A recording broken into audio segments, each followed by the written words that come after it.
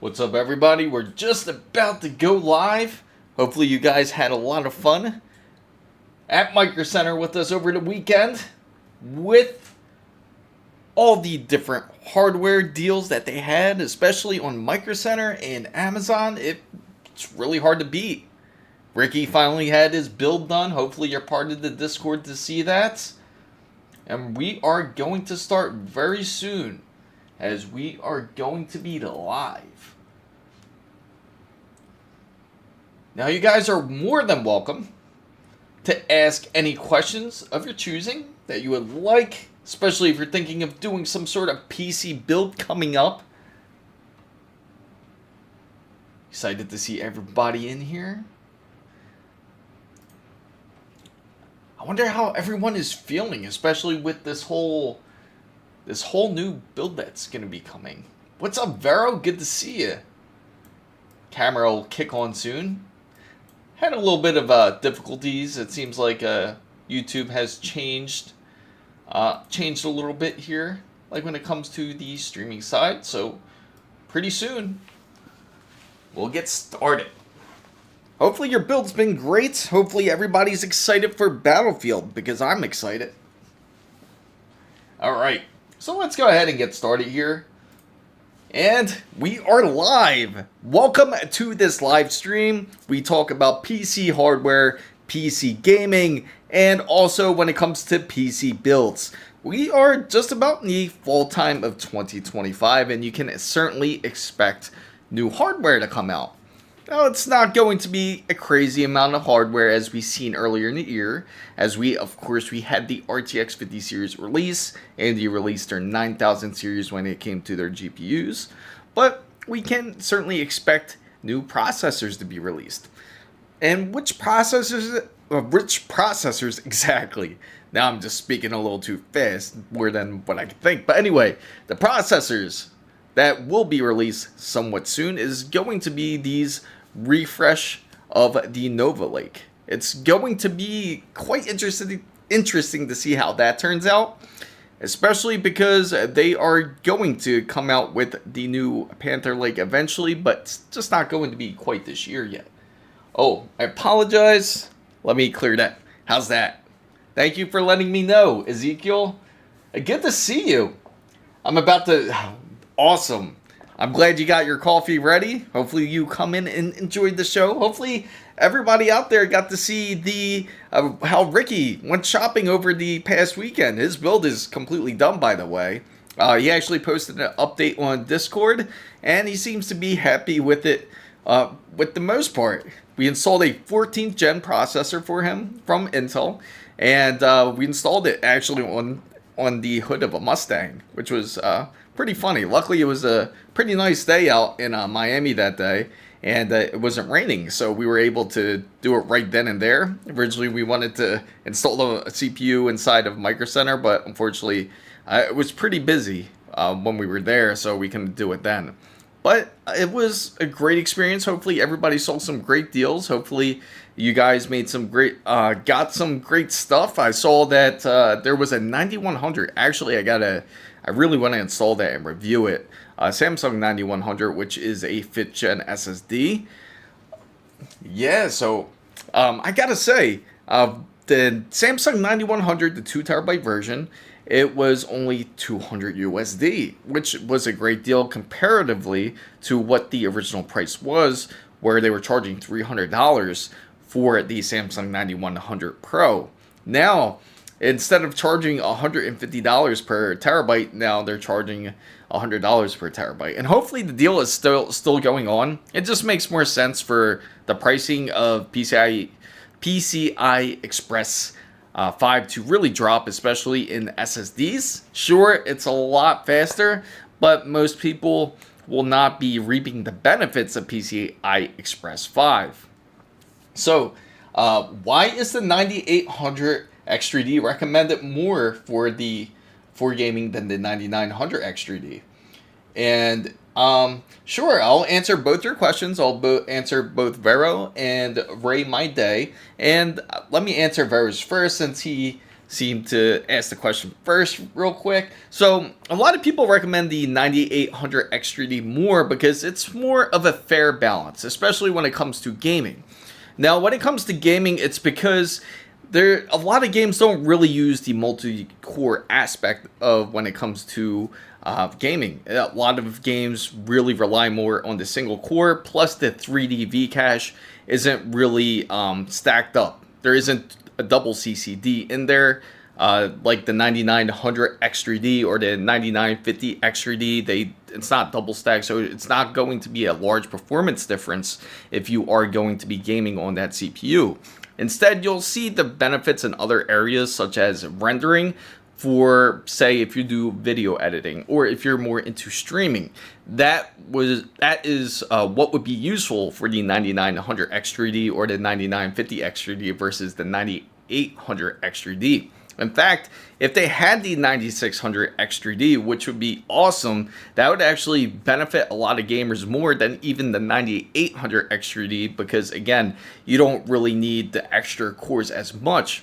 But now games are getting more complicated now, to where we see in Unreal Engine 5, where they kind of complicate things. They do use a bit of a process, especially when it comes for the GPU side and the CPU side. So maybe in the near future you could see it, but I would say if you really are looking for a better improvement when it comes to like multi-core gaming, I would suggest waiting until they release a Zen 6, which I do have news about that, which is going to be quite exciting, and it's still going to be compatible with a X670E or X870E motherboard.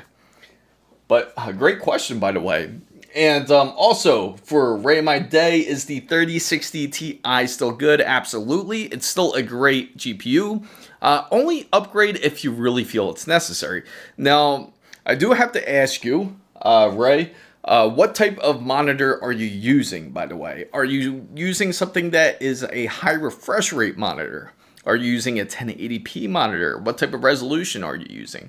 All these factors really do matter. If you're thinking of upgrading your monitor, just say, also mention that as well, because then we can get a good indication of what your uses will be. And is it just going to be strictly just for gaming use as well?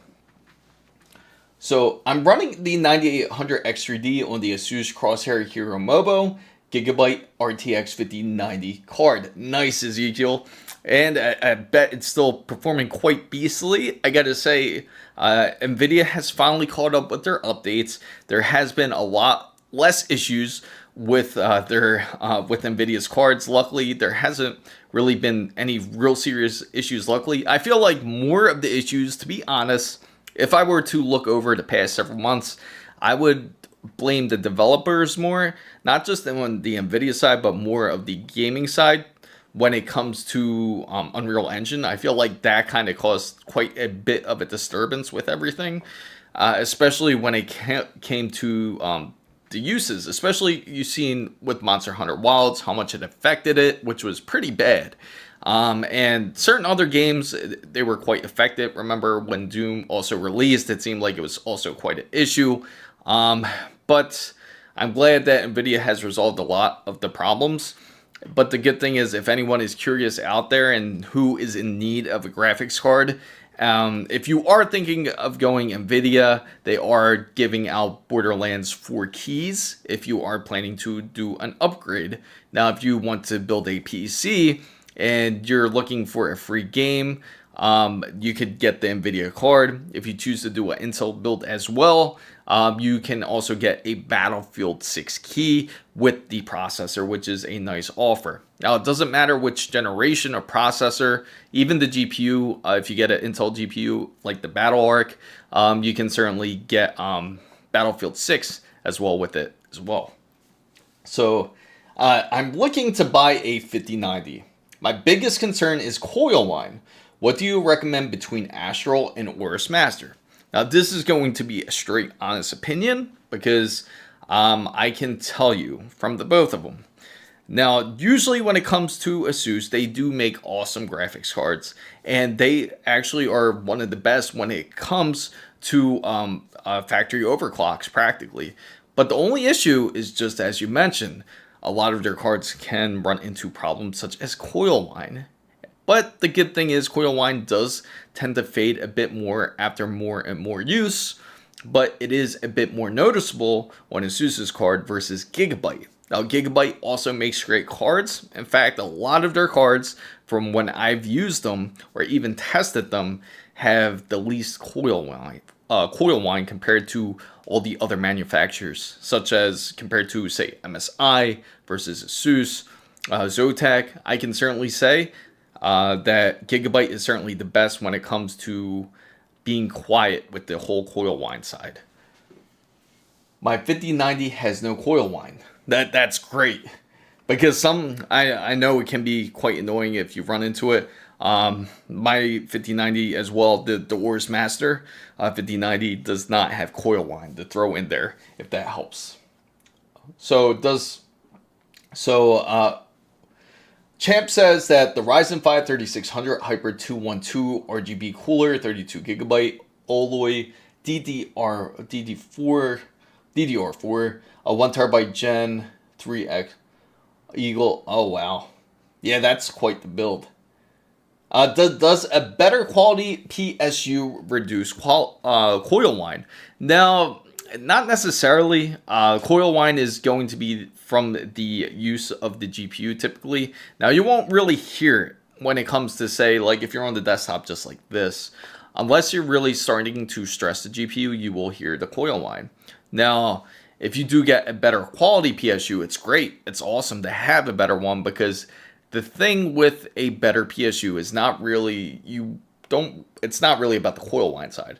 It's more or so the side that you don't want voltage spikes. That's what you want to avoid when you have a PSU, especially a high quality one. If you have less spikes when it comes to your not PlayStation, but your power supply, if you have less voltage spikes, that's better for you, because then that can cause, of course, less damage to your system if that's the case. But that's what you want to really look for, and that and efficiency, such as they do have power supplies that are rated, such as, say, a silver standard. They do have a bronze standard. They also have all the way up to platinum. Actually, they even threw a new one in there as well, but I even forget what it's called, but it's some sort of crazy term. I gotta look that up, in fact, but it's another term that they threw in there just to top the icing on the cake. So how would you price that build if you were flipping it? If I were to flip the Ryzen 5 3600 build with the 212, how much it's hard to give you a price, especially if you're trying to flip it, because how much did you pay for that build? I gotta see if it's flippable in the first place. Vero, so how about the 0 RPM fan noise on the AORUS Master? Seen YouTube videos showing it makes a scratch sound when going from 800 to 0 RPM. Now, I haven't personally tested Gigabyte's PSUs, so I couldn't really tell you if it really does that or not. But it seems like you have done a bit of research yourself on it. Since you did some research, that's a possibility. Just to let you know as well, when it does come to PC hardware, not everything is built exactly the same. So you may have a completely different experience compared to the person who made the video. Now, if there's multiple instances of it and there's reports of it, that's a whole different story. But I can say, like, if you do plan to get a PSU, most PSUs now are pretty silent. The only ones that I can say are more the noisy ones from what I've seen and tested are thermal takes, but it's not necessarily really noisy. It's when you put the PC to sleep, then it will kick on the PSU fan and then turn off. But you won't hear the fan kick on if you're using the PC. So that's the only one I've experienced where it had the, say, most noise. But every other power supply that I've messed with, Corsair, EVGAs, Seasonics, all their power supplies have been really solid. ASUS is also linked to Seasonic as well. So if you do plan, say, to get an ASUS power supply, it is technically Seasonic. So a lot of those power supplies that I've mentioned are usually really good quality ones. Thermal take is also really good as well. Again, that's the most noise I've heard from the PSU side. Oh, okay. I apologize for that. So when it comes to the Gigabyte, no. What's up, enthusiastic? So let me go back here. I apologize for that. I thought you were talking about PSUs here. They also make PSUs, by the way. So I spent $350 for everything, or under $400 for everything. That's honestly not that bad, but I honestly would say if you were to flip it, you might make maybe like another 100 on it. Maybe, like, to be honest, like maybe like 100 to 150 for a build like that, because now technically that's almost like 2 generations behind, nearly. So I would say maybe the most you can make off of it is about that. So if you were to sell it, maybe about 550 ish, maybe. I have the Thermaltake PSU. Yeah, it's a great, like I said, Thermaltake's PSU has no issues. I've used it actually for several years, and again, no problems with Thermaltake.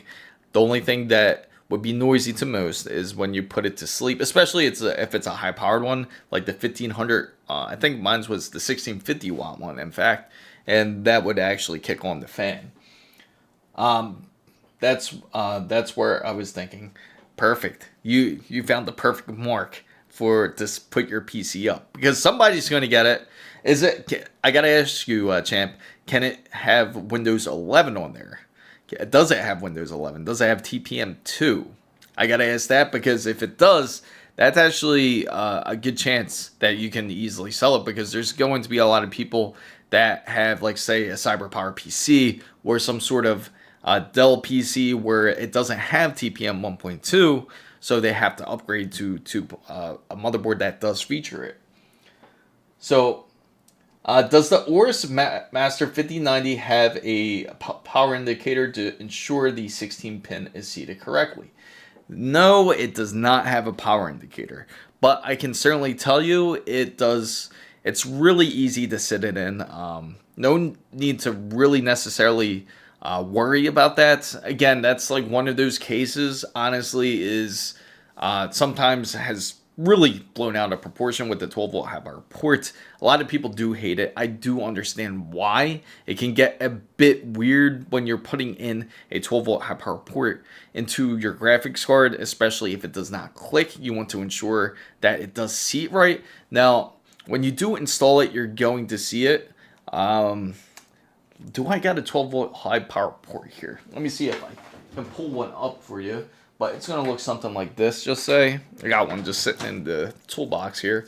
Something like this, right? So when you sit it in, a lot of them will have like coloring like this. You see how it's all blue? Let me just focus on here so you can see it right. You see how it's all blue? Now, a lot of 12 volt high power ports will supply something like this.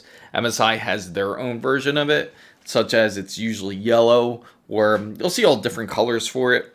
And typically when this sits all the way in, you're going to see it butt up against the black side, and usually it should click. If it doesn't, you want to make sure you try to attempt to make sure it clicks, because that kind of ensures that it is in there. If it doesn't, you just want to really look all around the connector, the 12 volt high power port, to make sure that it is properly seated.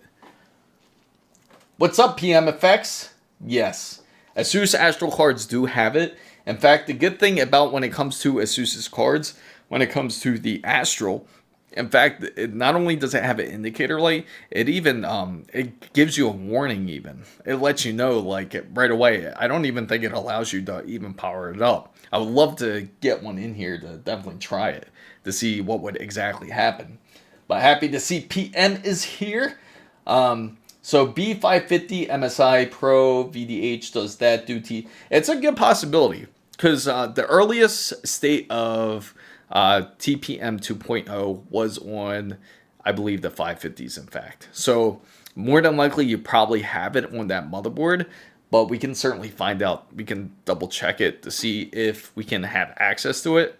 But more than likely, I suspect it does. If it does, you have a very good chance of selling it, because there's not only is Battlefield 6 going to TPM 2.0, but Call of Duty is also going to TPM 2.0 as well. Now they care all of a sudden when it comes to Black Ops 7, right?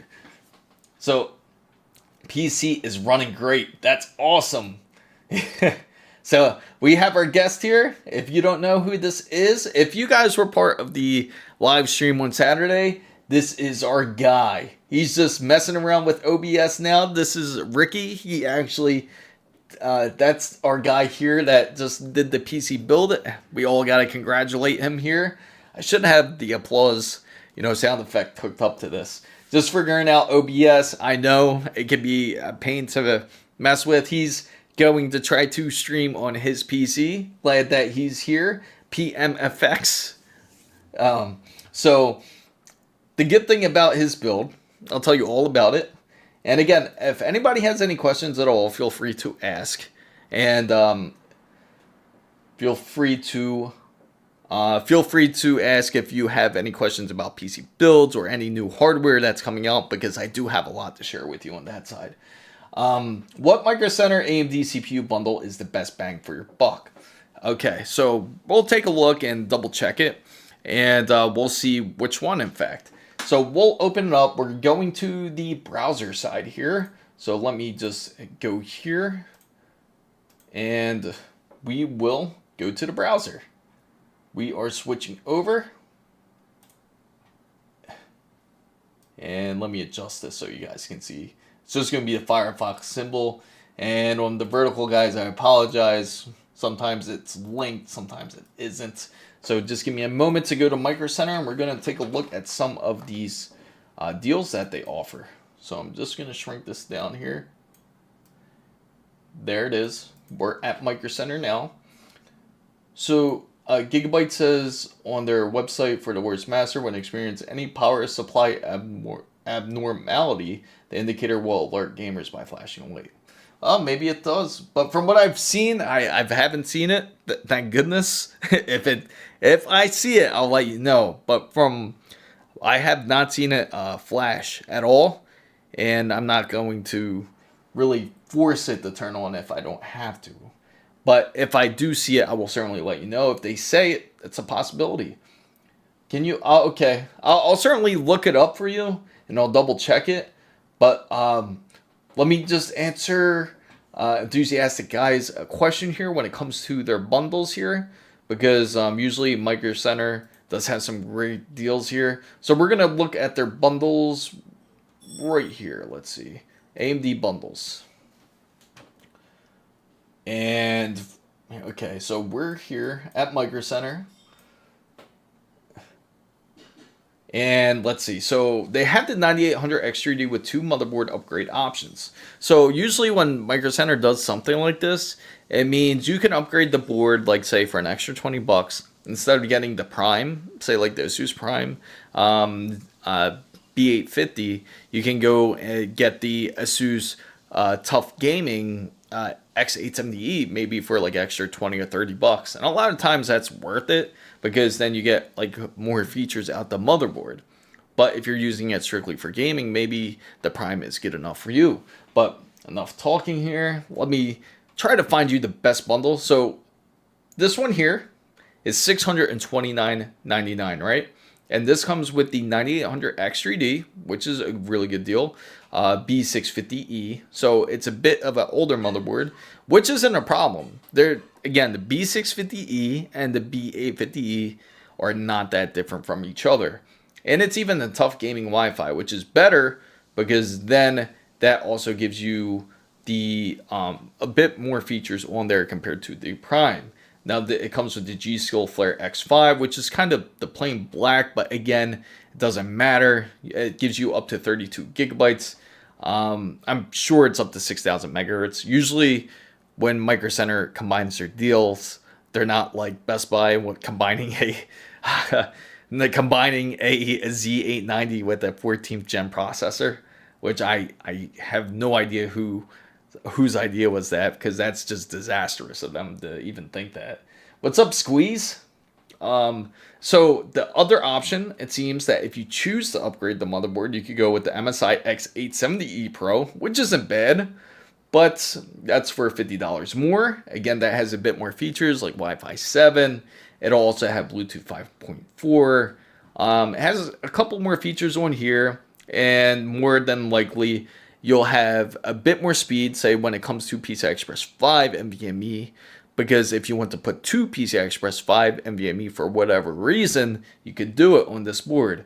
Now, you could do it also on this B650E, but again, if you do it, you're going to end up splitting the power, which is something you wouldn't like to do. Difference between Gigabyte Gaming Overclock and AORUS Master 5090. Should I spend extra and get the Master? Thank you for your wonderful donation. I do appreciate it. I will certainly answer your question immediately. I'll put it up on the highlight display here. And I will get right back to you. What's up, Brent? Okay, so I'm going to speed this up real quick so I can get the Veru's question here. And with the 9950 X3D, what type of build are you doing? Are you doing more of a creator build? If you are, go 9950 X3D. That would be the better one. But again, that would be expensive. Now, I would say the most fair price, scrolling through, just quickly skimming through it, I like the... Let's see. Out of all of them, the best one I would say, especially if you're gaming, I would say is the base bundle, $430 for the value. Now, this is the 7600 X3D, comes with the B650E. Again, same motherboard, just a different processor. You're getting the 7600 X3D instead of the 9800 X3D. And again, you're getting pretty much the same stuff. Again, different processor, but you're not going to really experience much of a difference, especially if you're on the gaming side of it. Thank you, Brent. I appreciate it. So, okay, Vero, we have a very important answer to figure out here. What we're going to do is figure out the difference between the whole gaming overclock and the AORUS Master 5090. Now, the biggest difference between the two is if you get the gaming overclock, of course it comes overclocked, but it doesn't have certain features it's such as the extra fan. For example, the AORUS Master, in fact, I can show you real quick. It's going, if you see it here in the background, I'll highlight it there real quick so you guys can see it.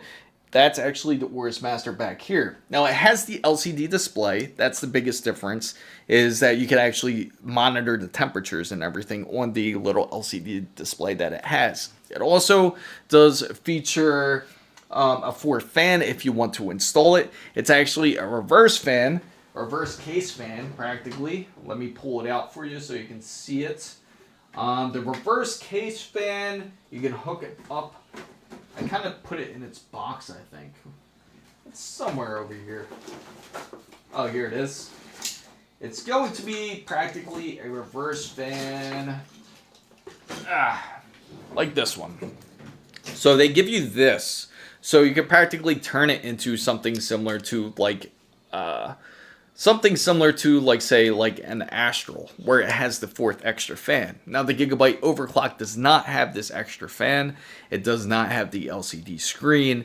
It has less bells and whistles than the Gigabyte AORUS Master, so to say. You just get a little bit of extra features. If you'd like to use it, you can. You can use this extra fourth fan. It does have like this rubber grommet that comes on it. So it isn't as silent. There's no vibration noise if you do install it onto the graphics card. Also, really good, sir. No problem at all. I love my 7900X with the 7900G RE. Absolutely, that's an awesome GPU to have. But also it does come with just extra RGBs on the side, really. And the fans on the bottom, they are also RGB lit. Now, if you get the overclocked version, the only thing RGB about it are the fans. So if you're just facing it down on a, say, like on the vertical side, like where it usually is, then it's just going to, you won't really see anything. It's just going to look like just like a regular graphics card.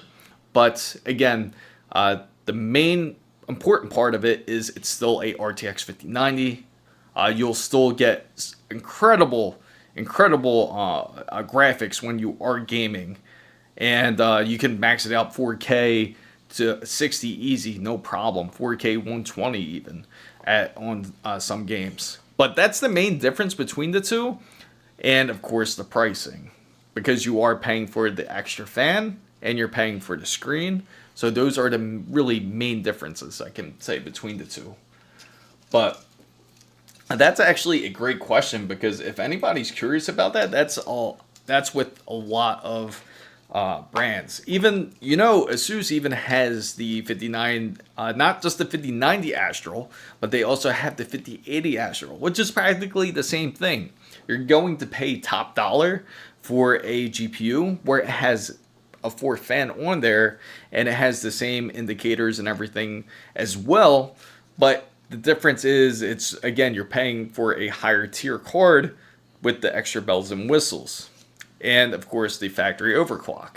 So is there any difference in terms of performance? Now, when it comes to performance, there's not going to be really a large scale difference, but I can certainly say, if it comes to the Astral, which I will happily pull up for you guys, in fact. But when it comes, not to the Astral, but when it comes to the overclock Gigabyte RTX 5090, and when it comes to the actual Gigabyte AORUS Master, there's not going to be a large significant gap.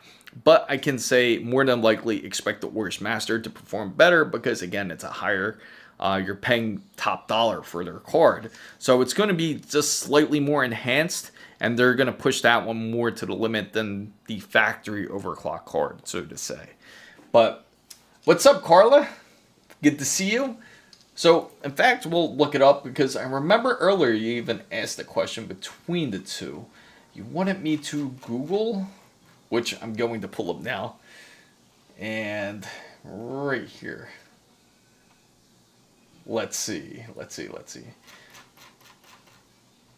I'll pull it up here.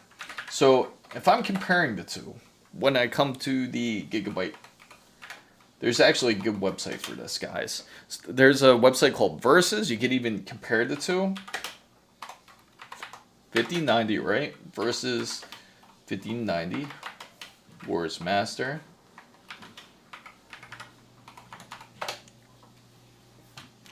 Let me see. Right here. So we're going to compare the two, and we will go to the browser. So we're going back onto the browser. Forgive me, chat, on the vertical side. Sometimes it wants to behave, sometimes it doesn't, so forgive me on that side. So we're taking a look at the two. Of course, the price difference is going to be a little bit different. You're going to see $28.20 versus $25.99, right?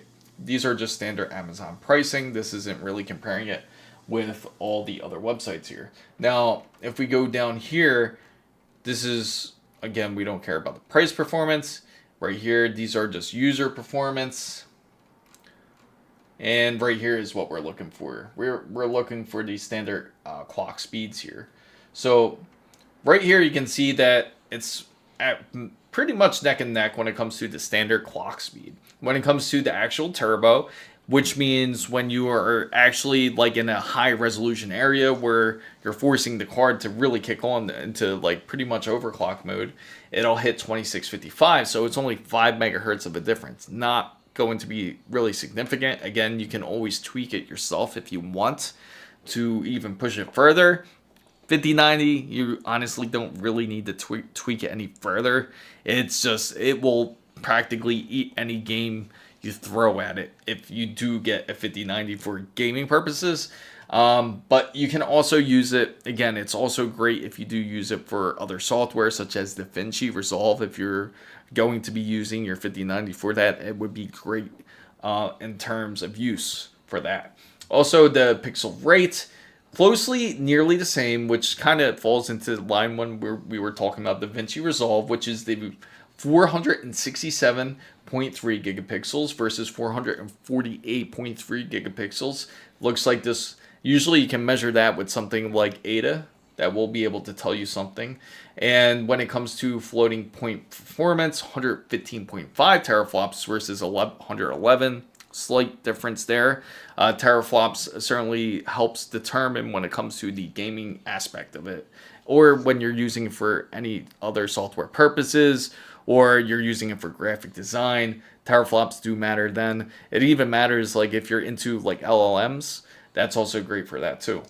Also, when it comes to texture rates, it looks like pretty much just slightly better, 1805 versus 1734. And then a GPU memory speed, about the same, of course. They're both G7, so it's not going to be out of this world when it comes to that.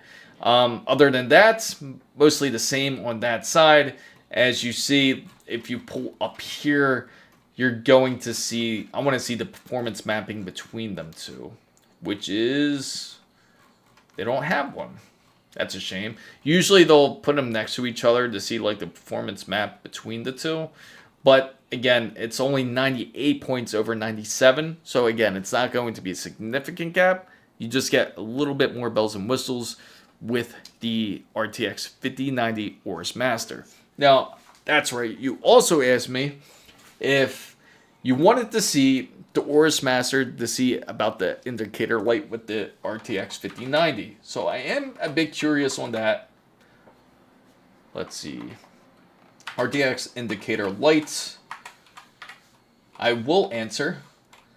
50, yes, it is awesome. It's a great card. As Eagle says, it's great. Believe he'll tell you. He's a great guy to listen to. Have you heard a rumor about next? Yes, I'm going to get on that. In fact, just right after I Google this, we will get into new generation GPUs, which there's a very good indication that there are some coming. Now, the RTX 5090 AORUS Master indicator. Let's see if there is indicator light. So we're going to Google this together because I haven't seen this myself. Let's go into the images. And I'm suspecting, oh, I guess maybe. Let's take a look. I guess, all right, let's go here. We're clicking this because we're trying to figure out if there is indicator light. From what I saw, or from what I seen from the card, I haven't seen one. Chris, you have any video settings on the 7900X BIOS setting? I do not. In fact, I should make something like that. Thank you for the idea. I'll throw it into my list for sure, Brent. Just for you, I'll throw it into my list. No problem, Vero. Yeah, it seems like there is an indicator light from what it seems like. It's going to be in the gallery side if they have it. Let's see. That was kind of weird too because it popped out on the Google image. And this is the Ice edition, in fact, just to let you guys know. If you're curious which GPU this is the AORUS Master. And if you look up here, this is what I was talking about. You could put the fan on the top here. If you want to add the fourth fan, you can. Now, it doesn't necessarily have to be theirs, but it's good to use theirs because then you don't have this like black casing facing up, because I don't think anyone would like that. Spam. They're just out of control here. So let me go ahead and I'm more than likely suspect that they have it. Let me go back here. So weird. Check out CyberPower PC. Okay. Yeah, they have a lot of PCs. Okay, so let's go right back to Enthusiastic Guy here, because he brought up a very interesting topic, in fact. Scroll down. Okay. I'll get back to it, Vero. I apologize for, I just want to speak on it real quick, which is, you'll find interesting for all you GPU guys out there. Especially if you're looking for a new GPU or you're just holding out for one.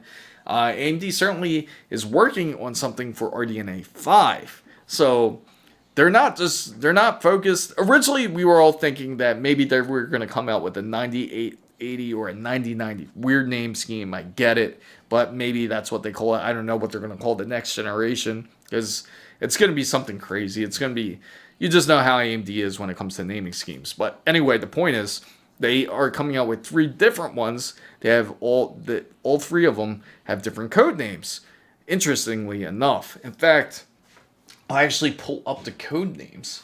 Well, let me see what they are, because I know one of them is Optimus Prime.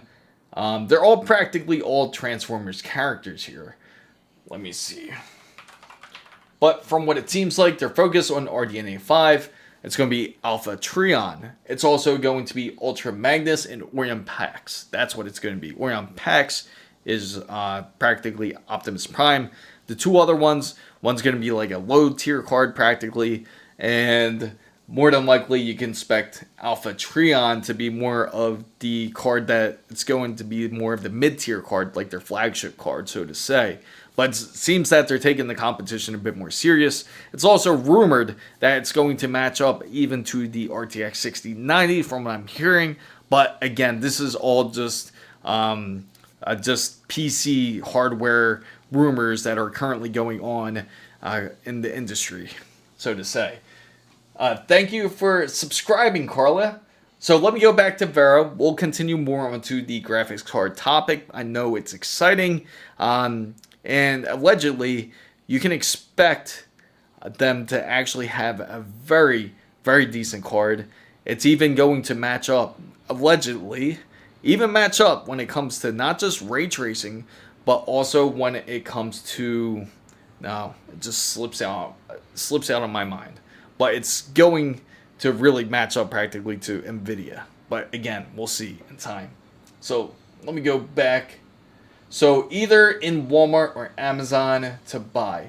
Now, usually I recommend to go and if you're going to purchase something, especially a GPU or like any PC component, I always say it's best to purchase off of whatever's the best price. But if you do purchase off of Amazon or Walmart, because they both do this, is that you want to avoid any type of really third-party retailer. A lot of them are really sketchy. If you see a RTX 5090 for the price of not really 2200, because they are getting a lot cheaper, which is nice. But if you see it more in the price of, say, like 2000 even, or like 1800 USD, just say, then be really suspicious. More than likely, you want to stay away from those type of sellers.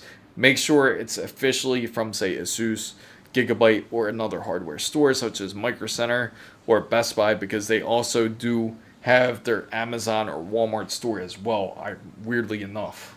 But okay, so let's go here to the key features, because more than likely, if we want to find this indicator light, it's going to be under the key features here, because they're going to talk about it.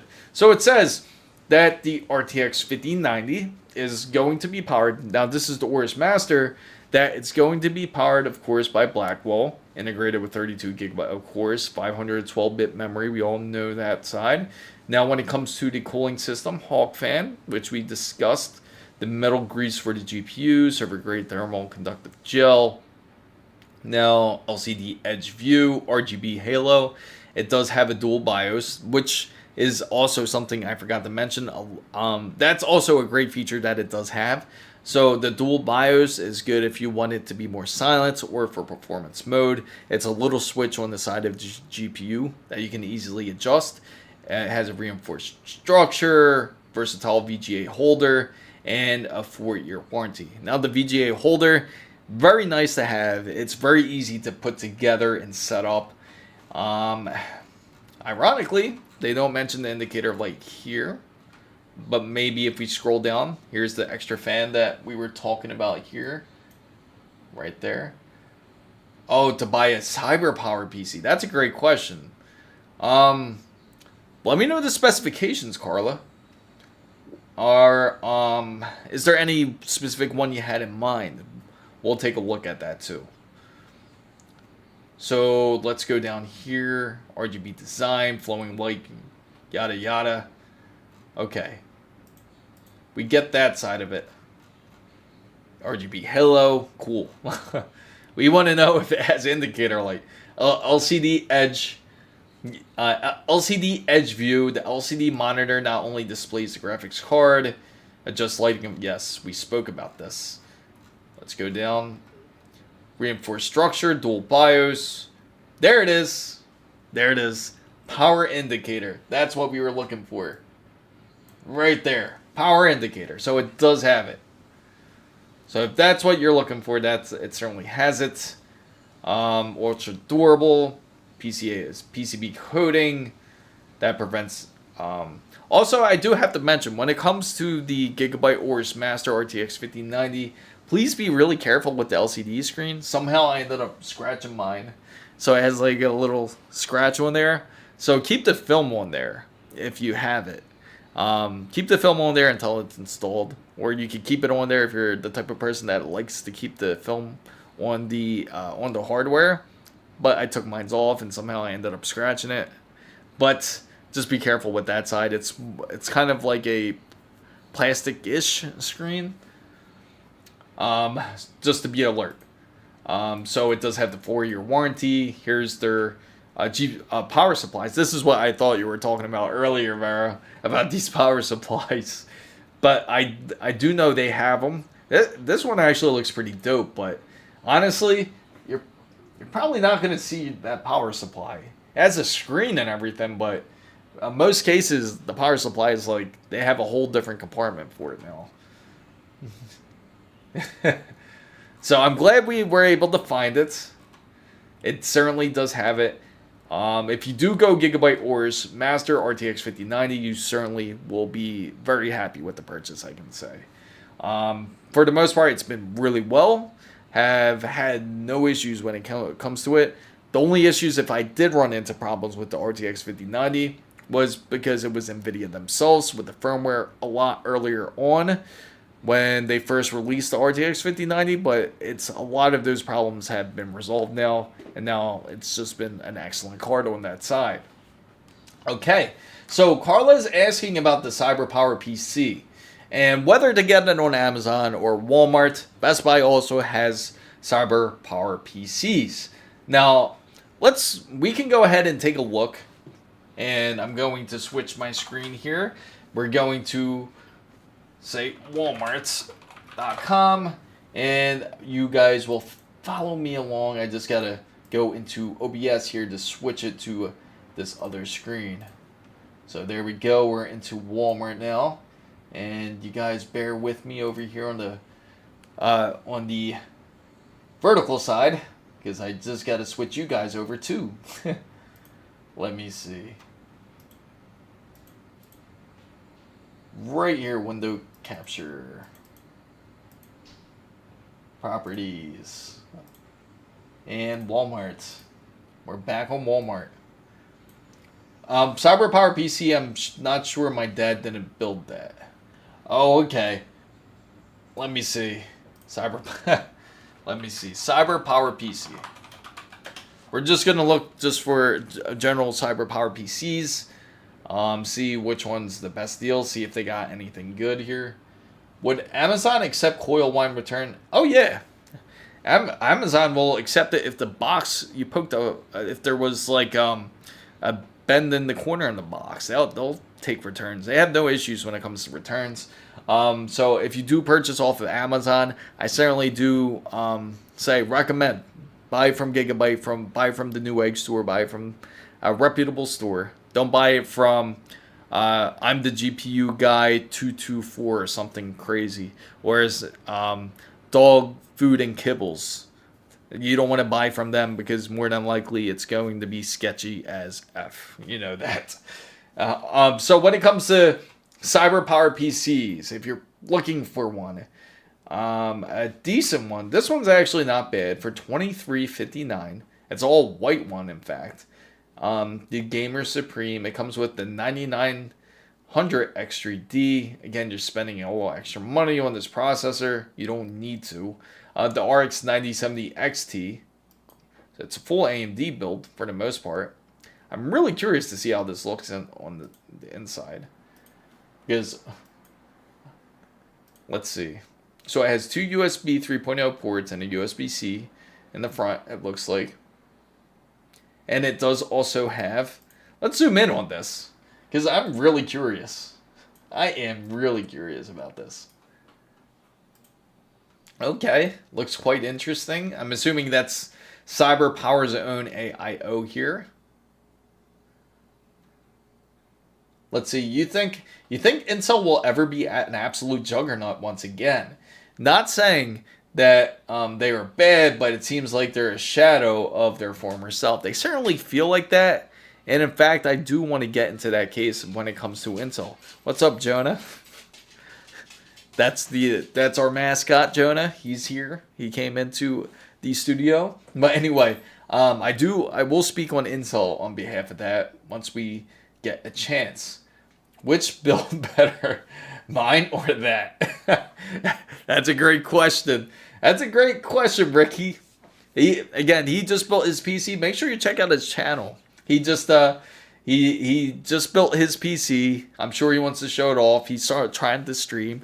He wants to stream, so we'll check him out. So I gotta say, first off, Ricky, your PC build is going to be better because you're going to have a custom motherboard. Now, what I mean by custom motherboard, not necessarily like custom made, but it's from a manufacturer such as ASUS, MSI, or from Gigabyte, or from whichever you bought it, whichever motherboard that you purchased versus a CyberPower PC motherboard.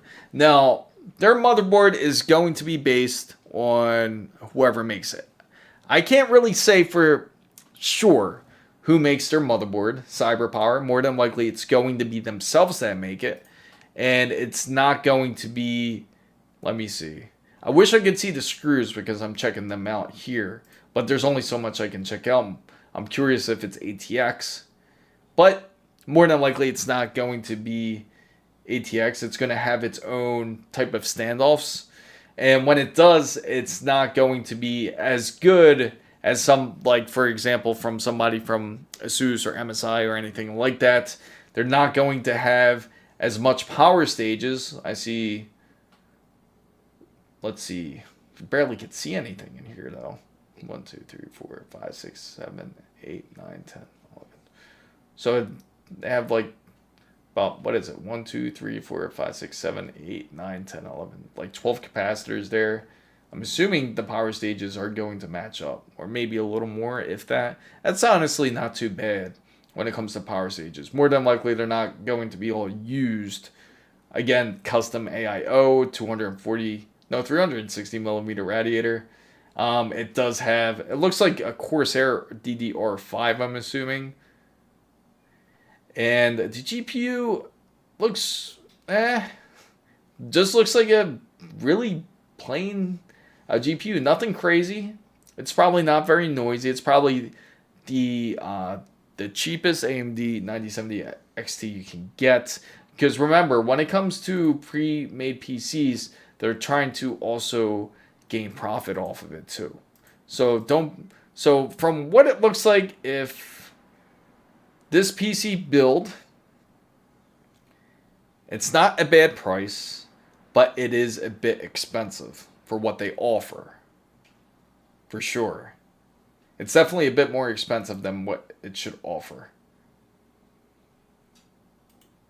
I would imagine if CyberPower PC were to put together this PC and how much it costed them to build this PC, it's not going to cost anywhere near that. In fact, it's going to cost them more, like probably in the, I would say like $1,600 range. And that's being like generous. Like it probably cost them $1,600 to do a build like this. Because they got it's not going to be a name brand motherboard. It's not going to be a name brand AIO or nothing like that. That's going to be based from them. The case fans is practically from them. So I'm being very generous saying that it's probably like a $1,600 build. Where it's worth it is the specifications, such as the 9900X3D. That's a great processor. And the GPU is good. but it's just going to be a very standard GPU. It's not a Sapphire. It's not going to be a Power Color. It's not going to be Gigabyte, ASRock, none of them. It's going to just be practically just a board and some fans on it. But it's not bad. We'll take a look at one more here from CyberPower. Let's take a look at this one. This is funny. This is close. This one's actually close to you, Ricky, here, which is pretty funny. Except the GPU's not going to be nearly as good as yours, I'm assuming, because it's $907. Ricky's has a 14700K. This one's a 14600KF. When they throw the F in there, it practically means it doesn't have integrated graphics. It's going to just, and it also has to have a GPU, the RTX 4060, which is going to be the last generation, which is the RTX 40 series, 16 gigabytes of DDR5. So I can see why it's $907. It's a bit out of date when it comes. The processor's good. Now the RAM has to go up. It needs to go more to 32 to keep up to date. The NVMe is 1 terabyte, not too bad. Of course, it's always worth upgrading. But is it worth it for this? Let's see. Again, it's their own custom AIO. So it's pretty much the same one. If you really look at it, right, it's the same exact AIO that they used for the other PC that we've seen. That AIO, that $2,200 PC that we saw earlier, same AIO. And more than likely, obviously the motherboard's going to be different because it's going to be a different socket. But the design looks pretty similar for the most part. Here we actually get a bit better picture, and the power, and seems like 1, 2, 3, 4, 5, 6, 7, no, 6, 6. So it's probably about the same amount. I think buying Hynix RAM is the way to go. What's your thought? Hynix is certainly a great choice to go. Hynix is definitely one of those companies that are underrated and definitely get a really good deal. I really like their NVMEs as well. Hynix is good for both RAM and their NVMEs. They're actually, it's funny, them and Samsung are actually becoming a bit more competitive with each other. But yeah, definitely go for it. And it's a decent build, but then again, for $907, that's not a bad price for it. It comes with practically 4 fans. It looks like it's going to be, I wonder how the airflow is in this. It's kind of confusing if I'm looking at this. You use both. That's a good mix, I gotta say. Thank you, Ezekiel. I do appreciate your time being in here. I'm just happy to see you. It's been a while. So it seems like this is the intake side, right?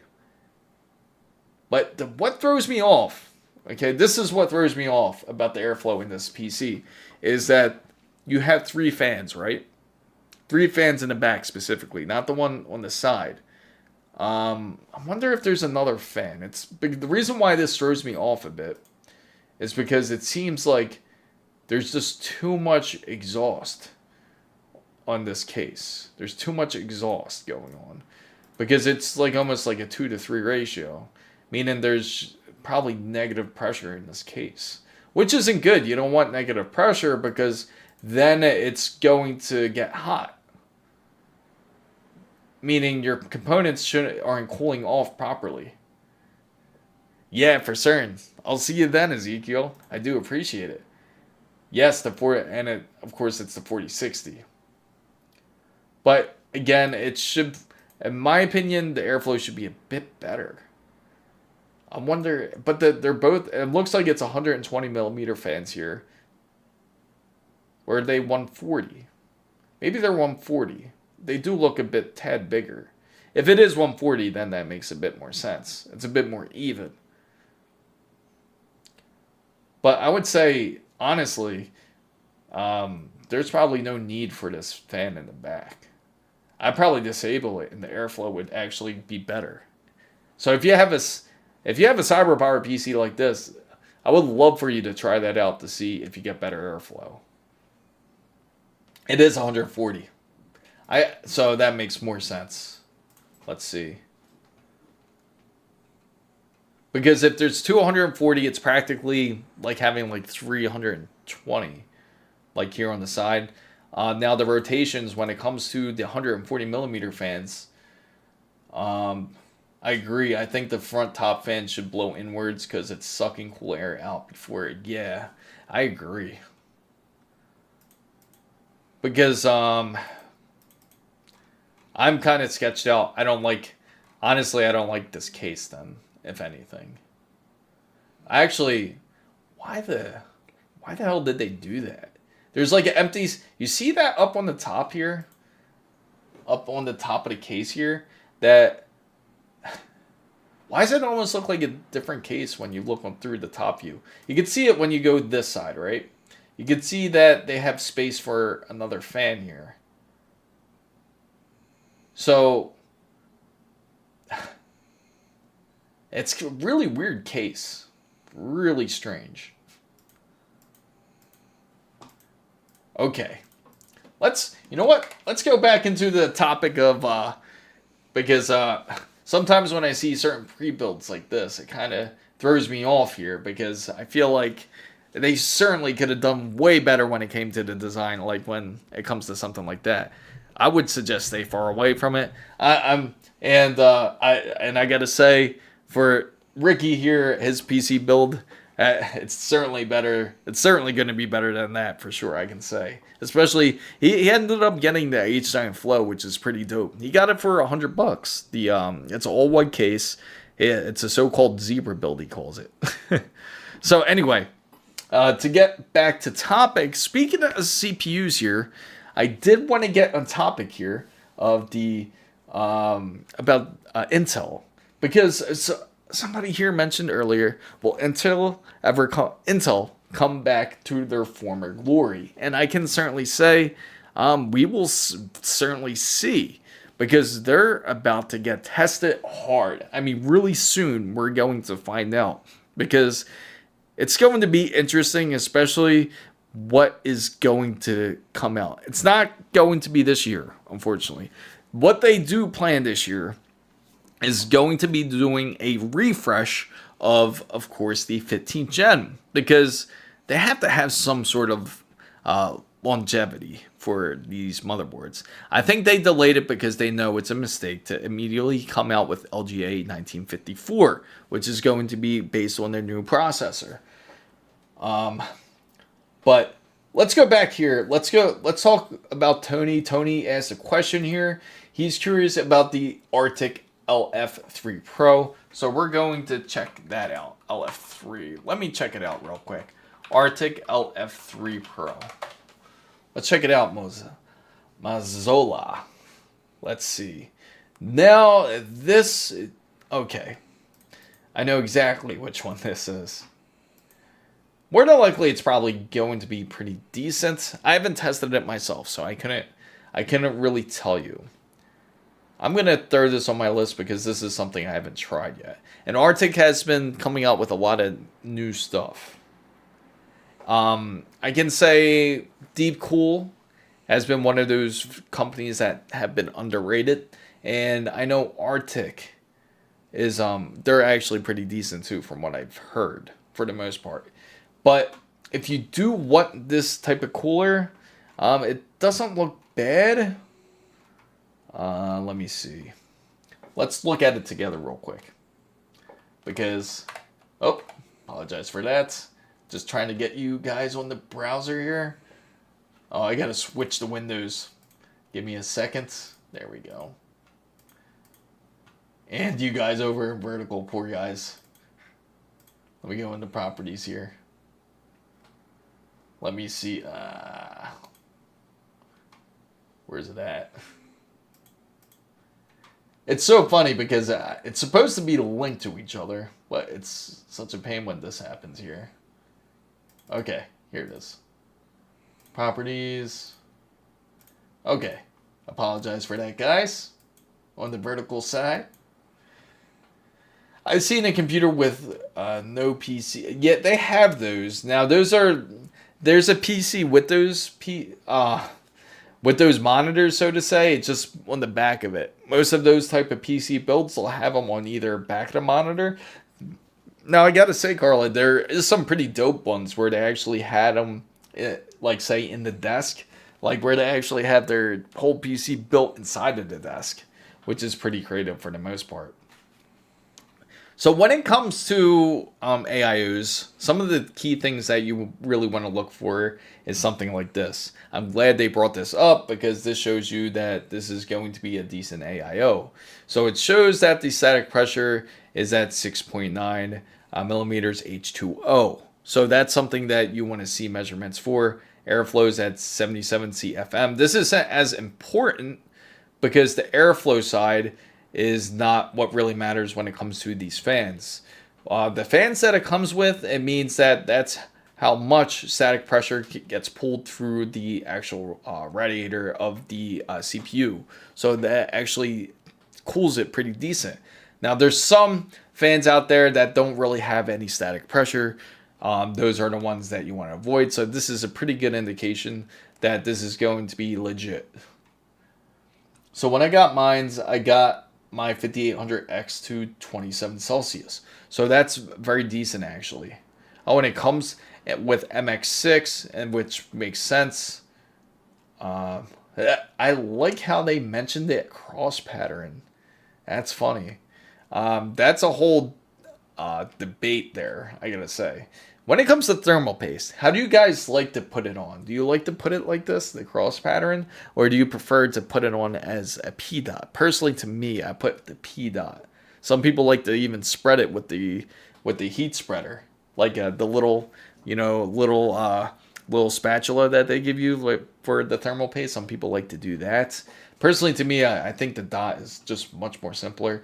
This makes more sense, I feel, the cross pattern on larger processors such as the Threadripper, because P-dot is just quite, that Threadripper is just quite too large to put a P-dot type of thermal paste on it.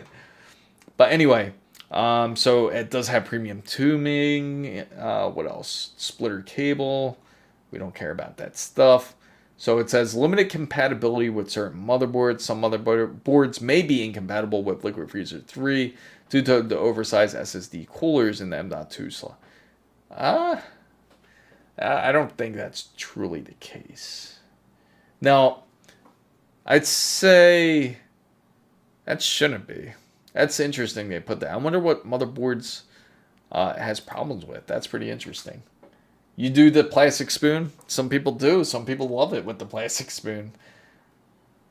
That's interesting. So they even have a compatibility list. I think Arctic is legit for sure. They are 100% legit. I like how detailed it is. But I would love to certainly test one out. Even has 6-year warranty. Can't get better than that, for sure.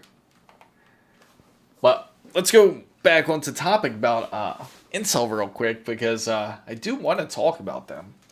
In fact, on the Intel side, it's quite interesting what they're going to do with the upcoming generation of Panther Lake. Now, some of you might be expecting that Panther Lake was supposed to release actually probably within the next month, right? That it was supposed to release a new Panther Lake CPU. But it seems that that's not going to be the case. Instead, that they're going to end up delaying the release until next year. They are still planning to go with a LGA 1954 design, socket 1954, so it's going to be based on a whole new motherboard. So for those who are looking forward to an Intel build, or unfortunately have to either build with either the 15th gen or the 15th gen, well, it's going to be, I don't know if they're really going to call it 16th gen. Technically, it's going to be anyway, even though it's a refresh. They've done it with Arrow Lake as it is, and all the other CPUs like Raptor Lake refresh.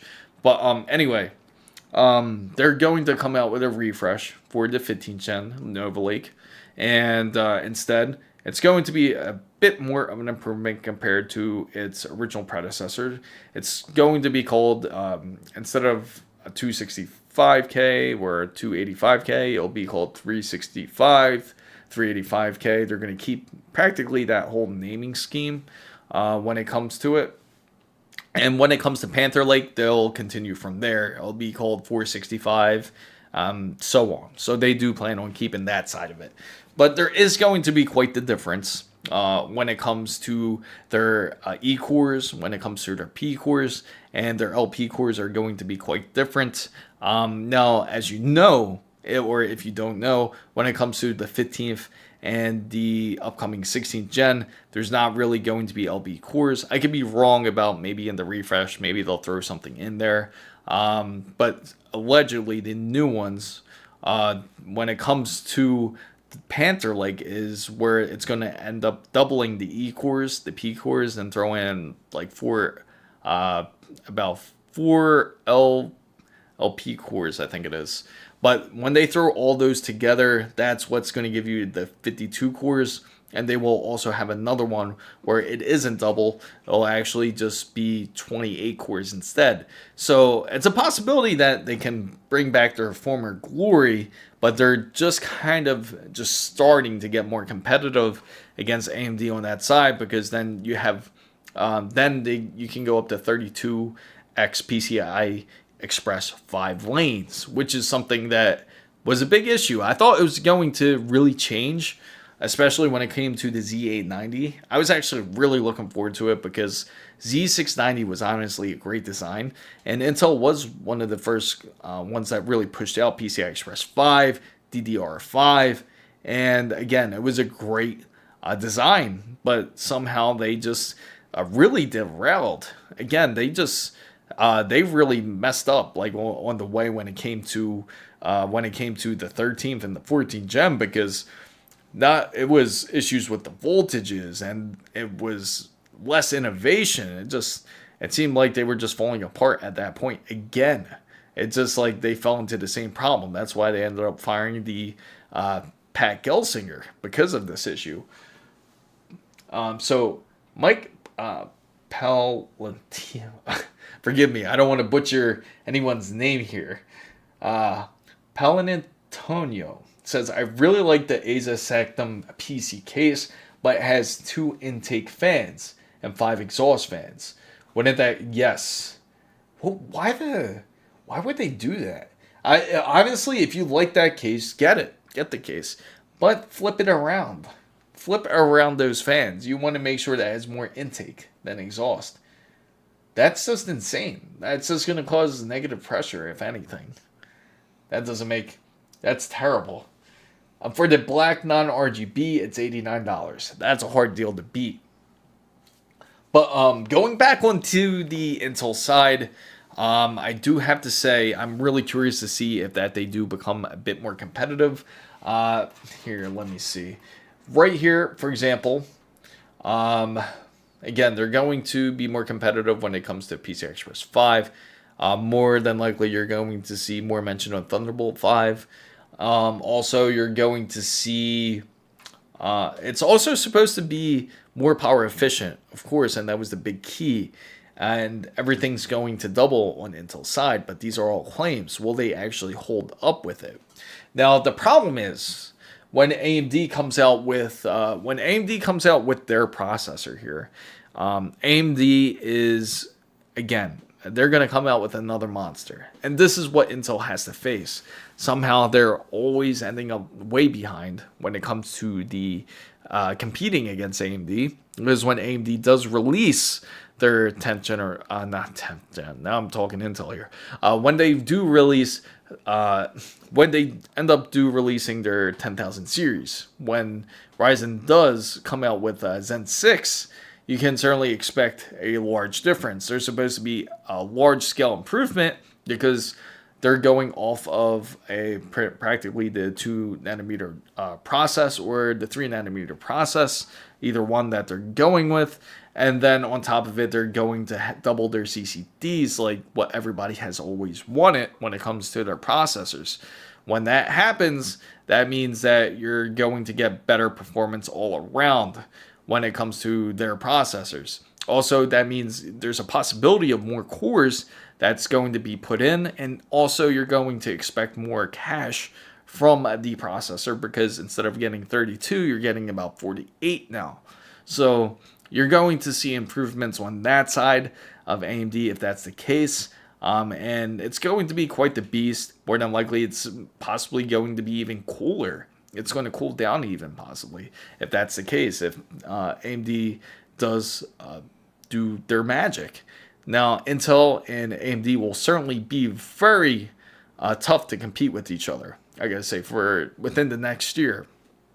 This year, you're not going to see as much. You're just going to see Intel's Nova Lake refresh, and that's it. You're not probably going, more than likely, you're not going to see anything from AMD, but the 9600X3D, which is something that we've been wanting to see anyway. We actually looked for that at Micro Center to see if they would have it, but of course they don't have it yet. 9600X3D more than likely won't be released till November. And when that does, that's probably more than likely what you'll see from AMD's side. Intel's standpoint, you're going to see Nova Lake refresh. I see them honestly going to have a hard time selling the refresh, because everybody is going to just sit and wait for the new processors from Intel. They're all going to, especially for all the big Intel fans, more than likely you're going to end up waiting for the, I wonder if it's going to be the Z990. I would imagine it would be, or maybe they'll just throw a different name scheme for the motherboards. But more than likely for the Z890s, you're going to hear Z890 Max or whatever they're going to call it, because when it comes to refreshes, they never really rename the board model then. So again, if you have any questions when it comes to PC builds, feel free to ask. But it's going to be quite impressive, I gotta say, when it comes to processor space next year. We can certainly see it. Also, speaking on behalf of when it comes to GPUs, there is going to be GPUs that will be releasing. The GPUs that we can certainly expect is going to be from AMD. They have a whole lineup ready, and they're very focused on RDNA 5. So if you are just really holding for dear life with that GPU, if you have a 1080 that you're holding on to, that you're holding on to dear life, and you're just wanting to switch to AMD because you're not liking the practices of NVIDIA, you can certainly expect that AMD will come out with a more flagship card. It seems that they are taking it a bit more serious, especially for how high the demand was for the RX 9070 XT. Because of that, they are working on 3 different cards. They all 3 have different code names, all Transformer code names, which is hilarious. I'll pull up the code names here once again. Hi, thoughts on the 9700X? I'm planning to pair with the 9070 XT. If you're planning to pair with the 9070 XT, that's a great combination to put together. Now, what type of build are you doing? Are you going to be doing more of, like, say, like a creative build, or are you doing more of a gaming build? Let me know, and I can certainly help pull you more into the right direction here. But if you are doing a gaming build, that's a great one to go with. 9700X, again, these processors are great to go with, and you still can be able to do PBO. You won't have any issues doing that with this type of processor, especially with the 9070 XT.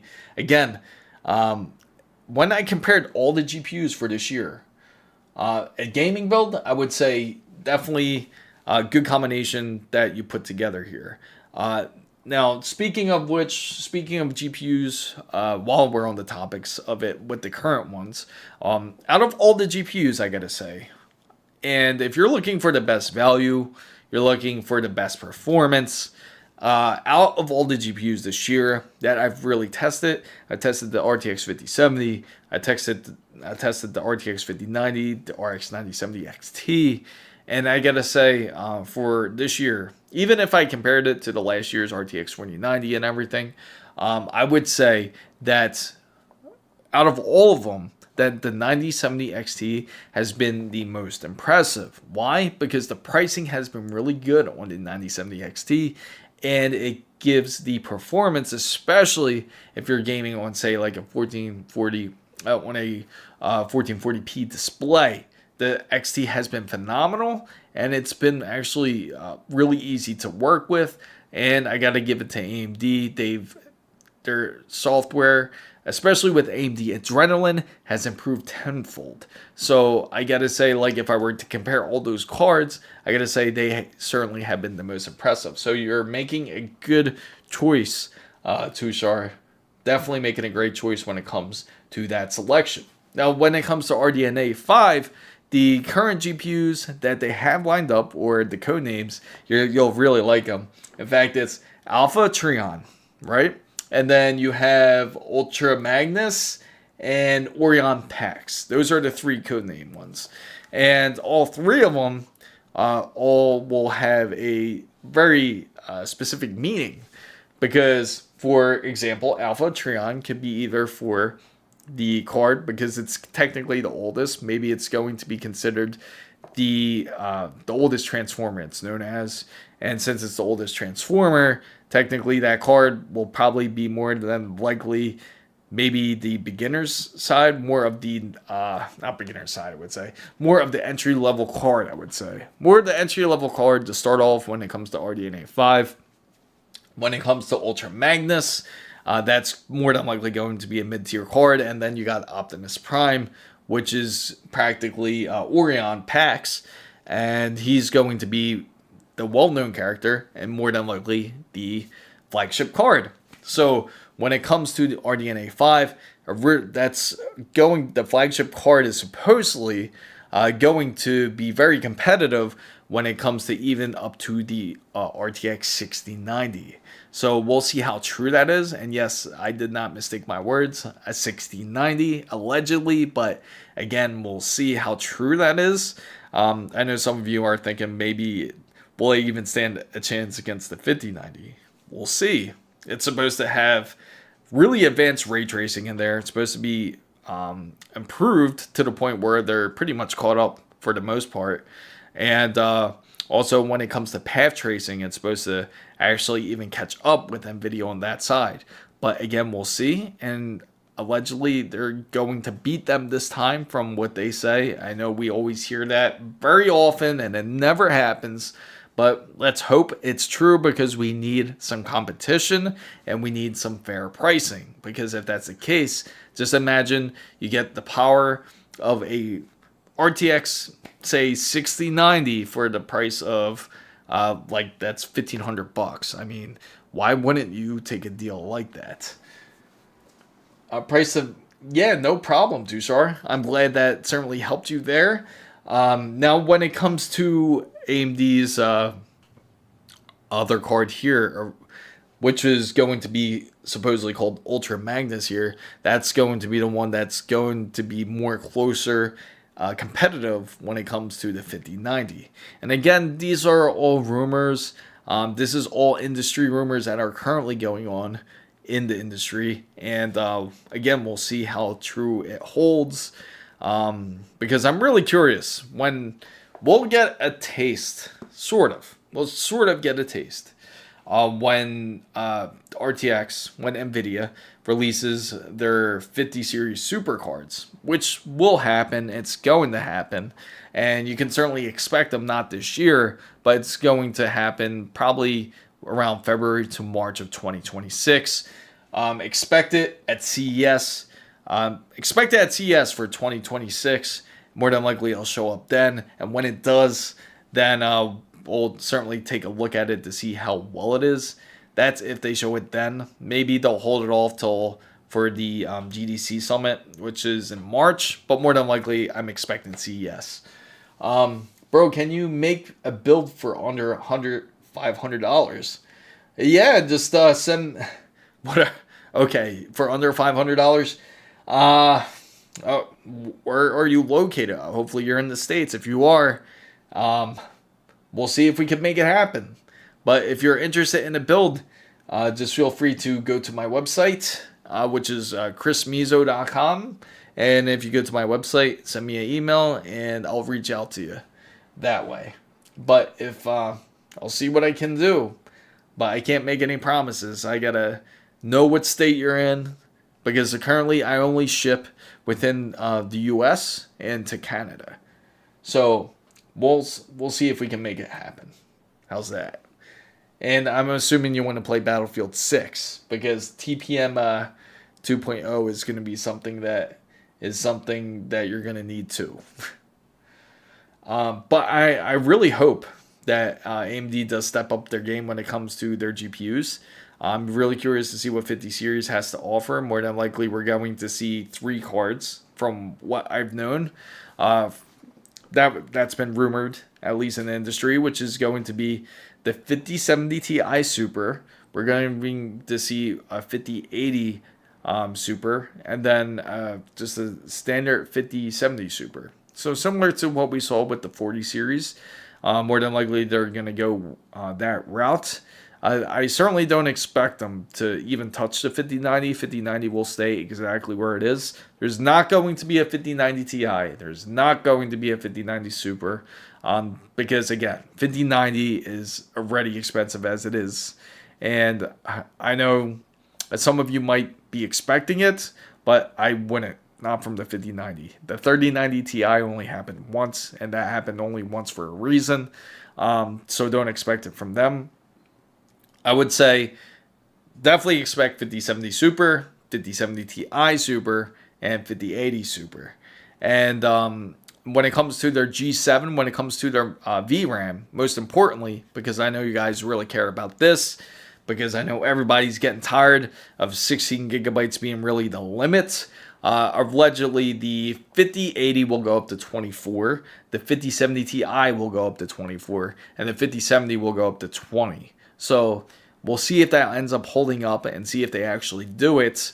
But again, we'll find out, especially once CES comes around and once they come out with their announcement. More than likely, if they do, it's, again, CES time, or they'll come out with the GDC Summit when we actually hear something. So Casey Wall says, I'm not upgrading to AM5 from AM4. AM4 is still adequate. I'm also not upgrading to my 3070, as to get potential upgrades that I'd notice I'd spend $500 to $600. Just hate that it only has 8 gigabytes. I agree. I can understand why you don't want to upgrade to AM5. But I do have to say that there is a very positive thing about upgrading to AM5. Of course, you got PCI Express 5, you got DDR5. Again, not really a large difference between when it comes to the RAM speed side. And I can see why you want the 3070.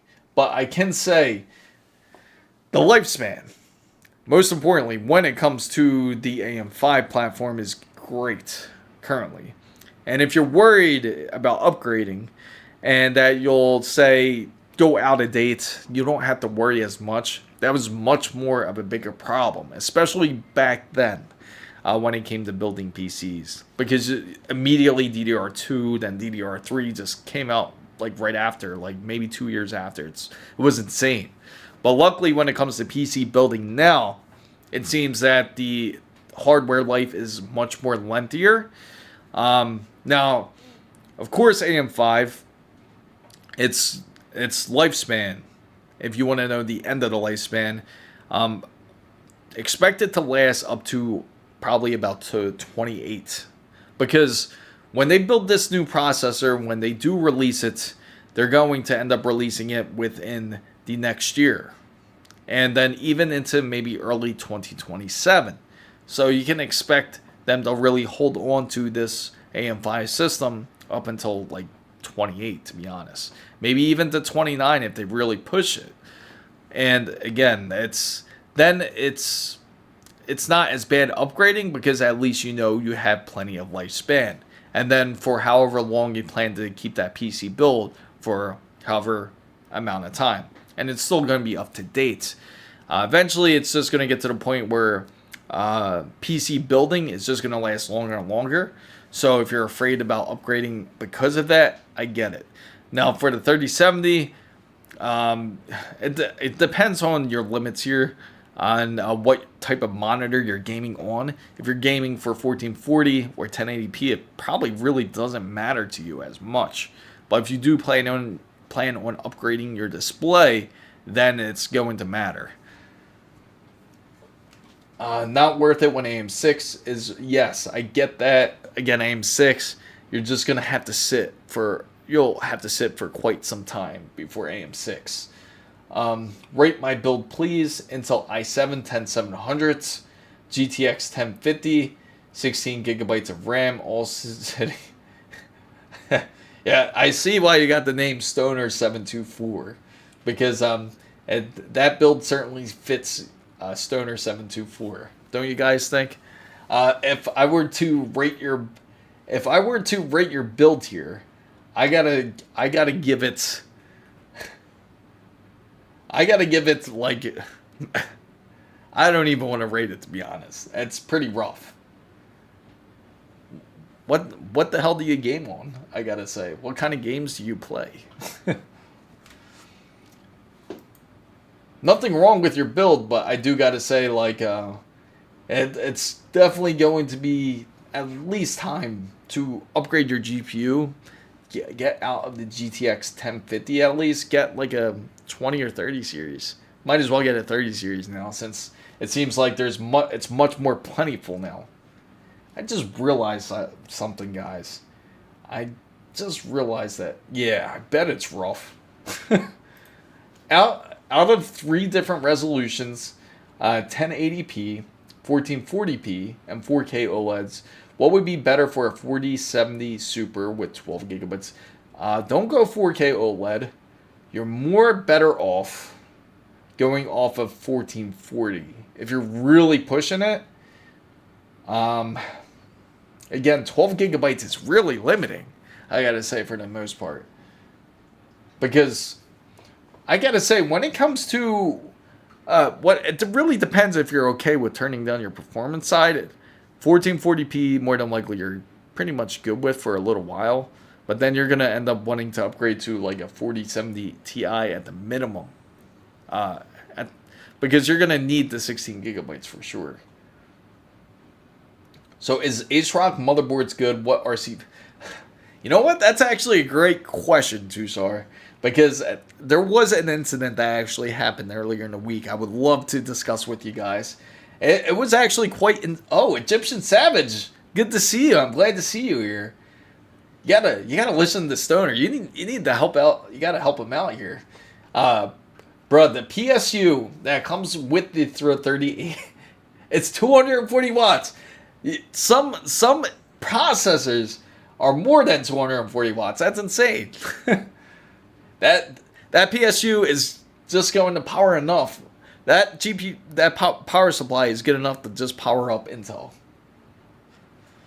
So Casey Wall says the 1440p taking flight, it will do 4K, but it will need DLSS. I prefer 1440p over. I agree. I agree 100% with you. DLSS is certainly overrated. I'll tell you right now. Like, I have the RTX 5090 even, right? In fact, we tested it with other cards that are 50 series, and I gotta say, DLSS 4 is overrated. I don't even touch the frame generation part of it because it's just insane. It just doesn't make sense. You actually end up with a worse score using DLSS, like using the frame generation part of DLSS, than actually turning it on. It'll tell you you're getting better frames, but your score is actually a lot worse. From if you're benching it anyway. So also I play in 900p, so it keeps my experience smooth. Honestly, if that's not bad, if you make it work. 75 watts from the PCI Express is what powers that monster of a 1050. So yeah, that's true. You have the bus speed right there. So instead of the 4070 Super, I guess I'll recommend a 6800 XT for the $350, and it's a 4K card. Egyptian Savage, he's another guy. He's also a PC builder himself. He's also great to talk to. So 6800 XT is the best used price to performance card on the market, but RDNA 2 sucks. You know what's crazy? Currently, AMD is going with their RDNA 3 cards. They're actually going to put their also going to put their what's it called? Now it's slipping my mind, but they're going to put their practically their version of FSR on it, FSR 4, which is a good thing. It shows that AMD is really trying to cater to all their consumers practically, which is important. So SRA88 says, currently using i9 1080XE pair with RX 5700s, mainly for gaming CS2 at 1080p. Do you think I have to upgrade my GPU? Thanks. Honestly, if you're just playing Counter-Strike 2, it really doesn't matter as much. Because Counter-Strike 2 isn't really demanding of a game. Unless you're playing super competitive, you're trying to hit, like, say, 400 or 500 hertz on a frame, then it would matter. Then you can upgrade your GPU, but you don't have to even upgrade to, like, a crazy GPU. You could just upgrade to, say, like, you'd be happy, honestly, with, like, even a 5060 Ti even. You'd be happy with. But with the 10, but yeah, your processor is going to be good enough as it is, and it's not really going to push. You're not really going to push much out of Counter-Strike when it comes to the processor usage anyway. So Taken Flight says, I'm more of a story mode gamer, so I prefer quality over performance. But thanks, I was thinking of 4K OLED. Oh, and it would make sense to upgrade to using 4040. I gotta tell you, once you go OLED, it doesn't matter what type of resolution it is. It just makes a large difference. I don't know if you guys see it, but this screen right here on my left is OLED versus this one, which is just standard LCD. And if you look at them both, I know it's probably again hard. I'll try to focus. You can probably see the difference, right? You probably can see the difference between the two right there when I do that. But I gotta say, if you really compared the two, you could see that it looks a bit more washed out on the LCD display versus the standard OLED display. So let me get back up here, getting lost in the sauce here. So, bro, I get 150 FPS in CS, bro. You don't need... Yeah, that's what I'm saying. You really don't. It's really not necessary. Bro, yesterday I was watching a stream and a guy wanted a parts list for a $1,000 PC. The streamer made him a list, but I changed something on the list to make it better looking while spending less. Exactly. That's what you want to do. That's exactly what you want to do. In fact, we just looked at Micro Center earlier. You could go, they have a much cheaper build, which is like $430, and versus the one that was 600 and I think 630 it was.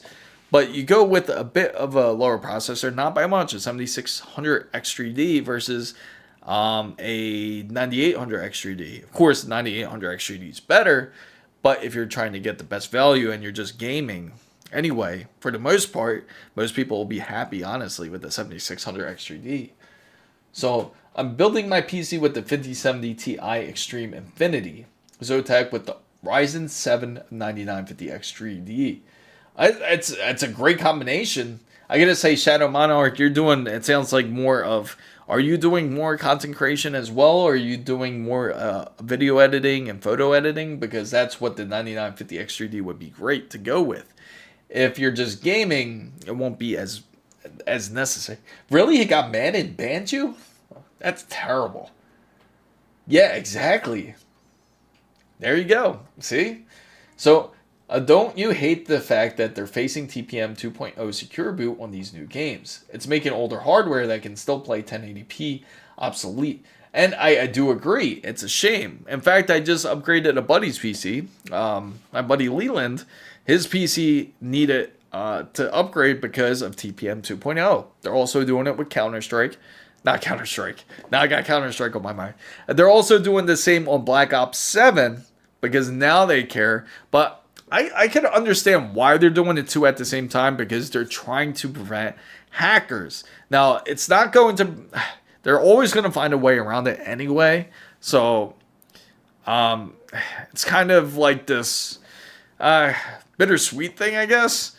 But hopefully it does help out. We'll see. For the most part, but when it's 2025, I never recommend the price of an OLED monitor with the LGC OLED series is available. TVs are matching. Response time of a monitor and 48-inch model is cheap and great as gaming. No, it is. They are great, but no, the price of, believe it or not, the price of OLED monitors aren't as expensive as they once were. They were really expensive, of course, before. But if you look at the pricing for it, they're honestly not bad at all. In fact, we looked at an ASUS OLED that's a 32-inch one 4K for like a little bit over $600. Yes, and developing content, perfect. That's exactly what you would use it for. Because then, to be honest, like anyone that's just gaming on a 9950X3D, that's just overkill, and you're not going to utilize the full multi-cores that it does offer. For anyone that is just planning to do, say, a PC gaming build off of a 9950X3D. So, okay, we go with the 7950X3D, same cores, like $150 less. Yeah, that's true. The price for OLED monitors are crazy. I can agree with Casey. What GPU and CPUs are you using? Now it depends. Okay, so the GPU and CPU that I currently use for this build, not the streaming build, but for the gaming build that I have, is I have a 9800 X3D with a RTX 5090. Again, RTX 5090 would be overkill if you just use it just for like just regular 1440p gaming, unless again 5090 would also benefit those who are interested in LLMs or also interested in any type of creation work as well. But if you're to do a gaming build, I'd say the more fair GPU, to be honest, is going to be the RX 9070 XT, and also another one would also be more fair is the RTX 5080 as well, as they're also getting more fair in pricing as well. So let me go back. I'm getting lost in sauce here. So, sir, I'm using the Gigabyte B850 AORUS Elite Wi-Fi 7 AM5 DDR5. Is this a good choice? It's a great choice, honestly. It's a great motherboard. Oh, thank you. Thank you for subscribing. So B850 AORUS Elite Wi-Fi 7. That's a great motherboard. For your GPU, yes. I have a 2200 monitor. Oh, do you really? Which monitor do you have, Egyptian? What do you do when the new meta nowadays, people, when they build a high-end CPU and a mid-range GPU? Since the price of... I would say, like, most people that use a high-end CPU and get a mid-range GPU are more for those who are using it for, say, rendering. Like things like if they're using it for like if they're more into things like Photoshop and more into video editing, then it's good to have a high-end CPU. Then is since the price of the new GPU is far from the actual MSRP. Hopefully it does get more fair. I feel like it's if the competition does hold up with AMD and if AMD and Nvidia really go neck and neck next year, hopefully they really do, then we can see pricing get a bit more fair. And Intel, they threw the B50, but again, that's not going to be really competitive at all. That's just like a cheap GPU that they threw out there, but it's a very cheap workstation GPU. In fact, it's like $400 you can get it for, but it's not going to be for really great for gaming. It's more workstation purposes. Some OLED TVs are cheaper than monitors. Is it the amount that hurts? Yes, that's also part of the reason. They're also different when it comes to... Now, it's also good when it comes to the input lag when it comes to OLED. I also don't know how much you know about TV technology, but I'm always going to prefer mini LEDs. The burn-in occurs with every OLED, and their time in mini LED destroys them. It's funny because they had a lot of mini LED in display. Like when it comes to CS, it seems like that was one of the things that they were really pushing. But again, each generation of OLED does get better. Currently, a lot of companies, they're about on the fourth to fifth generation OLED. And what they do to improve it is they use things like pixel cleaning or some sort of motion into the OLED to prevent any type of pixel freezing, which can happen to OLEDs, like the burn-in. And if that's the case, that's how they prevent that from happening. The good thing is that the newer generation, they know to constantly kind of shift the pixels so it doesn't have that issue. Before, with the original OLEDs, they would just have a picture come up and it would stay there for hours, and next thing you know, you try to shut off the OLED TV or OLED monitor, like if it was on a game, then it would just freeze on that specific area, which was a problem. But now it's not really as much of a case now, which is a good thing. That pixel shifting and pixel remapping has certainly changed it up when it comes to OLEDs. Now, the Samsung, let's see, let me go back. So, taking flight, any OLED TV on the market worth buying does 4K at 120 to 165 hertz. That's true. Egypt, $2,000 for a monitor. Well, yeah, believe it or not, there's a lot of them out there. You know what's crazy is the Samsung ARC. Samsung ARC is one of those really expensive monitors, but they're nice to see. But I feel like it's good to see. It's very dope to see, in fact, in person. But I feel like it's not really practical, too, at the same time. Like, when you see the Samsung ARC, you feel like it's awesome. Especially when you're inside of a Micro Center or Best Buy, you're like, damn, this would be really nice. Like, if I had this in my house. But when you look at it, practically, you're like, what use can I really use it for? But I use the 1440p 260 hertz. Should I go OLED 4K 240 hertz? I mean, you could. But you could. But that's if you really care about resolution. Now, it's a big difference. You will see quite the difference when you go from, say, if you're on 1440p, is it 2650, is it 2660 by 1440, or is it 3440, like something like ultrawide? What you'll notice, either way, you'll still notice the difference in 4K resolution. But do you really care about 4K that much to convert over to 4K? Can you suggest me which OS should I install? Windows 11 Pro or just 11? Because right now I have the 4050 RTX and an i5 14K laptop, which has Windows 11. Is it possible? Yeah, of course. You can still put Windows 11 on your PC. You shouldn't have any issue. It should, 14th generation, they should still have TPM 2.0 even, if that's what you're curious about. Egyptian Savage says the Samsung Odyssey G9 OLED is 49-inch QD OLED. I think that was also for a great deal too, if I'm not mistaken. I remember. But I think the one that I saw that was for a great deal, the one that I actually had a video based on the Amazon deals, and it wasn't OLED, but I think it was not 100. I wish it was. I would buy it in a heartbeat. It was like $699. I don't think it was OLED, but it was for the LED model for it. So it depends on how long you leave your screen on the same picture. Exactly. That's the problem with OLEDs. My old Samsung phone got burned in when I was... No way. Really? No way. That's funny.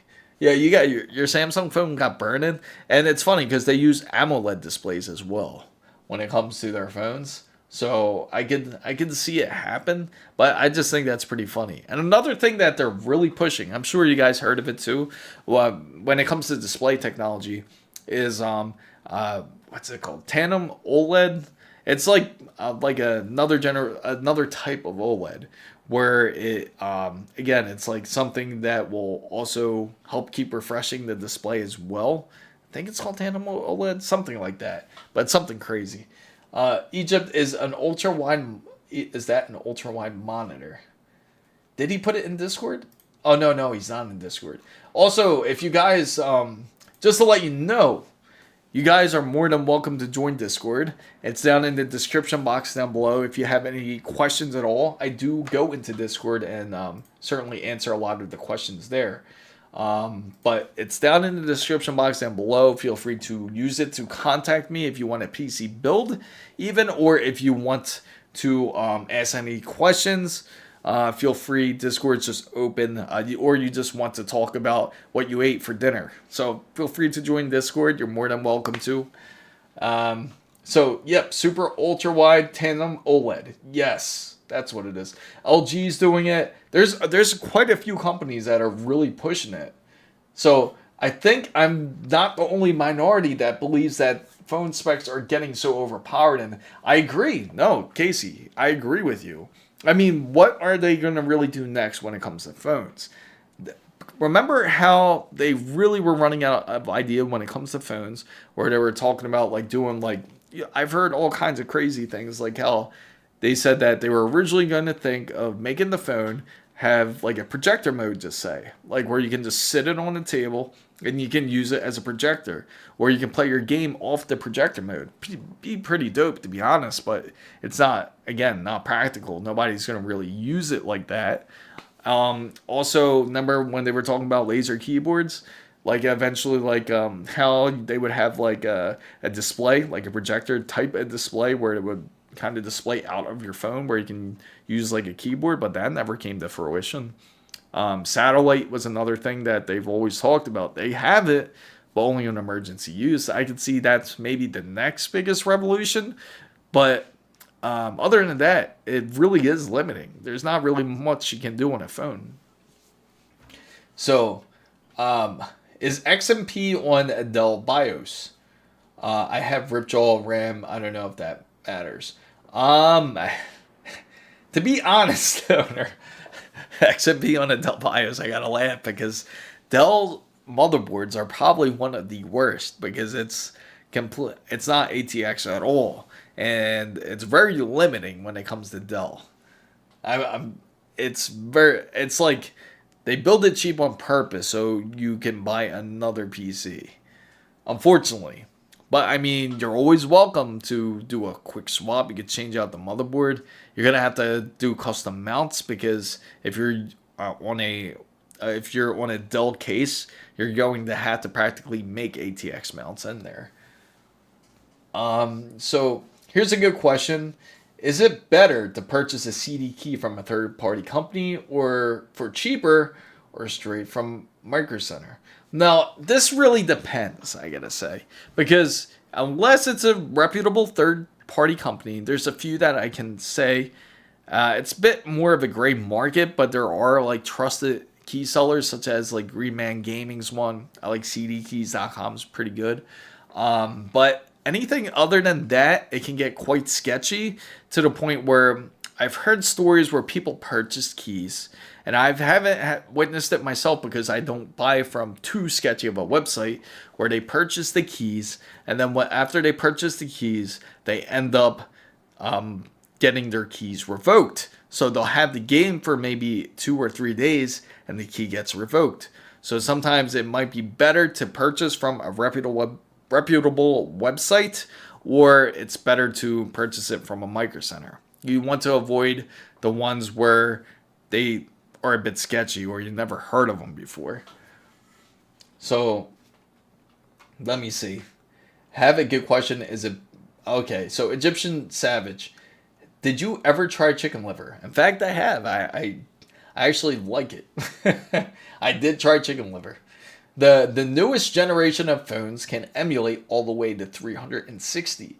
I do believe the handheld gaming devices are a waste of money when phone devices will when same compute power. Just my 2 cents. Taking flight, never a simple command prompt entrance will activate. Yeah. So I do have to say this though. I gotta say one. Oh really? You know what's actually really good? Yeah. This honestly, you guys got to try it because I'm I'm really a big fan of, like, when it comes to like things like izakayas, and izakayas are kind of like are like just like a bunch of different food that they mix up and you drink beer practically, right? And one of my favorite things I like is a chicken hearts, believe it or not. It's actually really good. I know some of you might not like the sound of it, but it's honestly really good. Same thing with chicken liver. It is really good. Now, when it comes to active, I do have to highly recommend that you guys got to also check out, which is way underrated. I'm surprised not more people use it, is GitHub. GitHub's a great place. They have great commands you can take advantage of. Just check out GitHub. For those who are interested in, say, deep loading Windows. But anyway, Egyptian Savage says it's super famous in Egypt. I have a food truck on my street that sells it. Oh, yeah? Yeah, I would definitely try it. That's one place I haven't got to go see is Egypt. I hear a lot of good things about it, though. Can you compare the AORUS versus the Astral? Yeah, certainly. I can compare that. Let me see. Let's go real quick to the stream browser here, and we will compare it. I apologize to my... It's like a little delay when I switch over to the vertical side because for some reason it's weirdly not linked. I don't know why. Let me make sure I link it. Let me see. Where is it? Shared browser. There we go. Perfect. Well, anyway, let's go up. Right now, we're on just the WCCF. We're going to compare the Astral and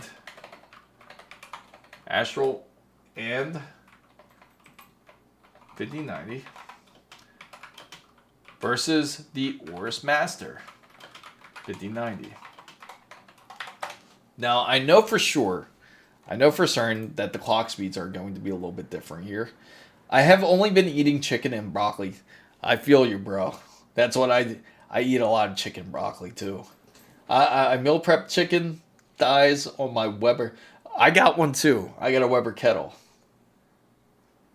Turn the skin into carb-free chips. That sounds amazing. Oh, congratulations, Casey. That's awesome. Can you compare Sigma Computer Egypt to Micro Center through Google Pics? Oh, sure. Yeah, certainly. I could definitely do that. Oh, look at the price difference. God. Oh, wow. 3,222 versus 2,820. Jeez, what a price difference. I never ate really? You never had broccoli? It's great greens, I gotta say. That is quite the price difference. But look at the points. See, the general points gives you an idea. So 96 points is given to the ASUS ROG Astral GeForce versus 98 points. And more than likely that's because of the pricing. And it has more ports apparently. So if you go down here, right? Let's go in the feature side real quick. The value of the money, obviously. They're saying the RTX 5090 Master is obviously the better choice over the Astral RTX 5090. Because practically the fourth fan is forced in there.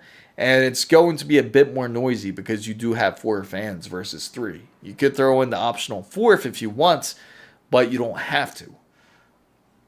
So drop this kind of money and remember it's never going to be as legendary. Then 1080 Ti was amazing. That thing is still lasting till this day, which is incredible, I gotta say. So performance-wise, right? Performance-wise, let's go here. Again, it's a 5090. It's still a 5090.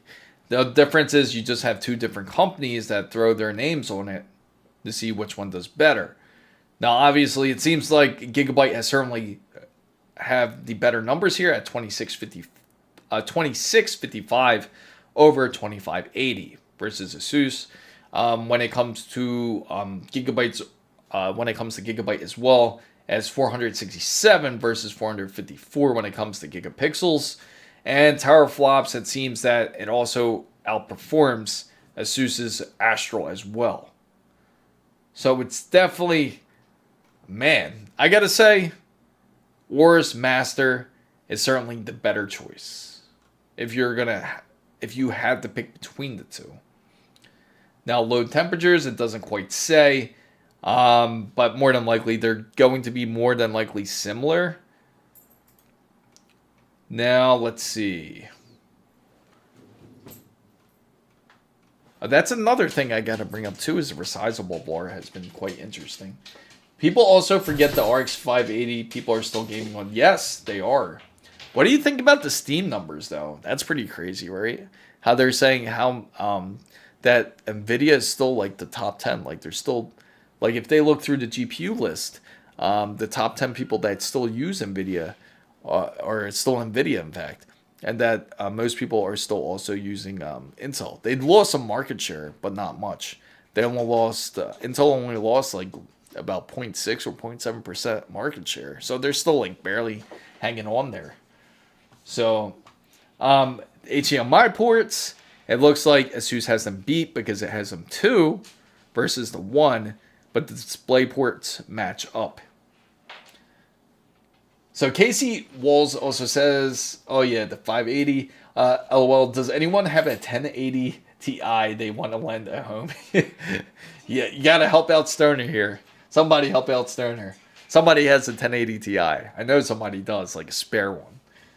My best friend cousin has a 2 terabyte Gigabyte GPU. I remember when that was the beast. NVIDIA knew what they were doing with the 12 gigabyte 3060. They're doing the. Of course, they know what they're doing. They don't. They know exactly what they're doing. They just like how they were testing out the pricing when it came to the 4080. Remember, the 4080 was $1,200, and it ended up actually not doing so well because of that. But then the 5080 was $1,000, and then they just threw some astronomical number for the 5090. It's almost like their pricing strategy, for some weird reason, ended up working. So speaking of Egyptian Savage, let's compare Sigma Computer Egypt to Micro Center through Google Pix. So let's do it. Okay, so Sigma Computer Egypt. This will be interesting. I'm curious to see what it looks like. Let me see.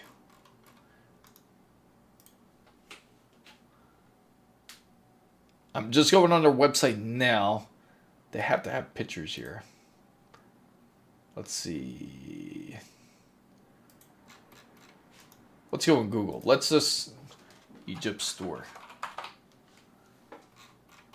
Did I mention my GTX 1050 has 2 gigabytes of VRAM? Hey, that was groundbreaking at one time. Having a gigabyte was amazing at one time. Oh, man. I'm surprised they don't got no real pictures. Maybe this is it. Sigma Computer. Yeah, let's go here.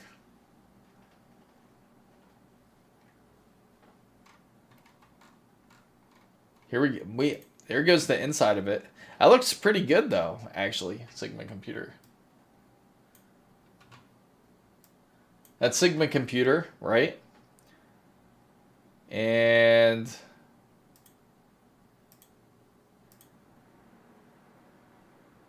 that's not too bad, actually. Seems pretty decent for the most part. It's not that enough of VRAM, sadly enough, that people do research and will buy a 16 gigabyte. Yeah, that's the only reason. It's because of the VRAM. I can't defend NVIDIA right now. Their greed is absurd. Until we start getting more VRAM, this will be my life. I agree. A lot of people went to AMD because of it. I've spoken to people at Micro Center that switched from NVIDIA over to AMD for that very reason. They feel it's just insane. Oh, I bet it's big. I wish I could get more photos here. This looks like it's just like one very specific area of the store.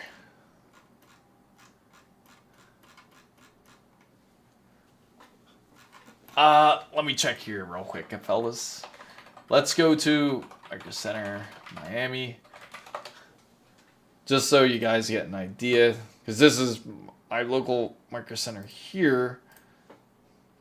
This is how it looks. They have more photos here. They actually have, that's pretty cool. They actually have a 3D image, so you get an idea of what it looks like for guys who've never seen Micro Center.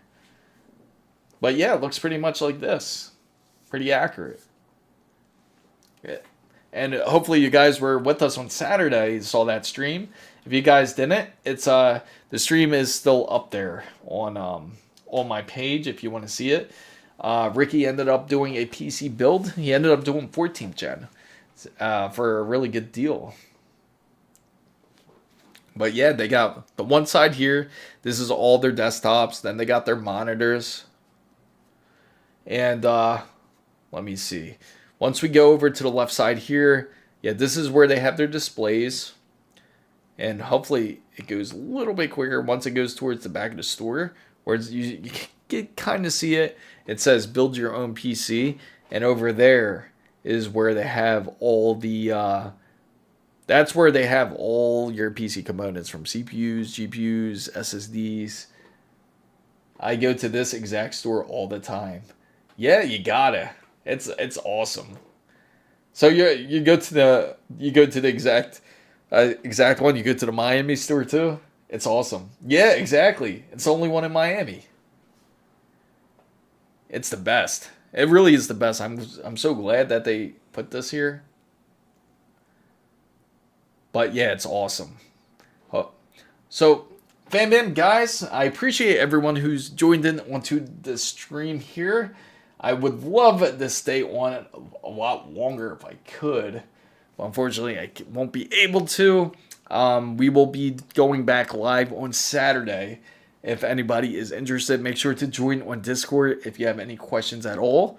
I appreciate everyone here. Make sure to check out Ricky. I don't know if Ricky's still here or not, but make sure you check him out as well. He's also on Discord.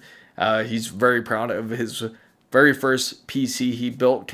Everybody hopefully congratulates him. But thank you guys again so much for watching. I'm glad to see Egyptian Savage be here. I'm glad to see you guys. I love seeing all these new faces. Thank you, Casey, for coming in. Vero. I thank everybody here. Stoner, you were a great time here. Hopefully you join in. Make sure to subscribe to the channel. Good to see Tushar. Good to see Mike. I'm glad for everyone here. Thank you guys again so much for watching. And this is Chris Mizo signing out. And I'm going to do it, Stoner. Make sure to reach out. Make sure to join the Discord, Stoner. Got to join the Discord. Yeah, if you do it, feel free to share it. Love to see it. Thank you guys so much for watching.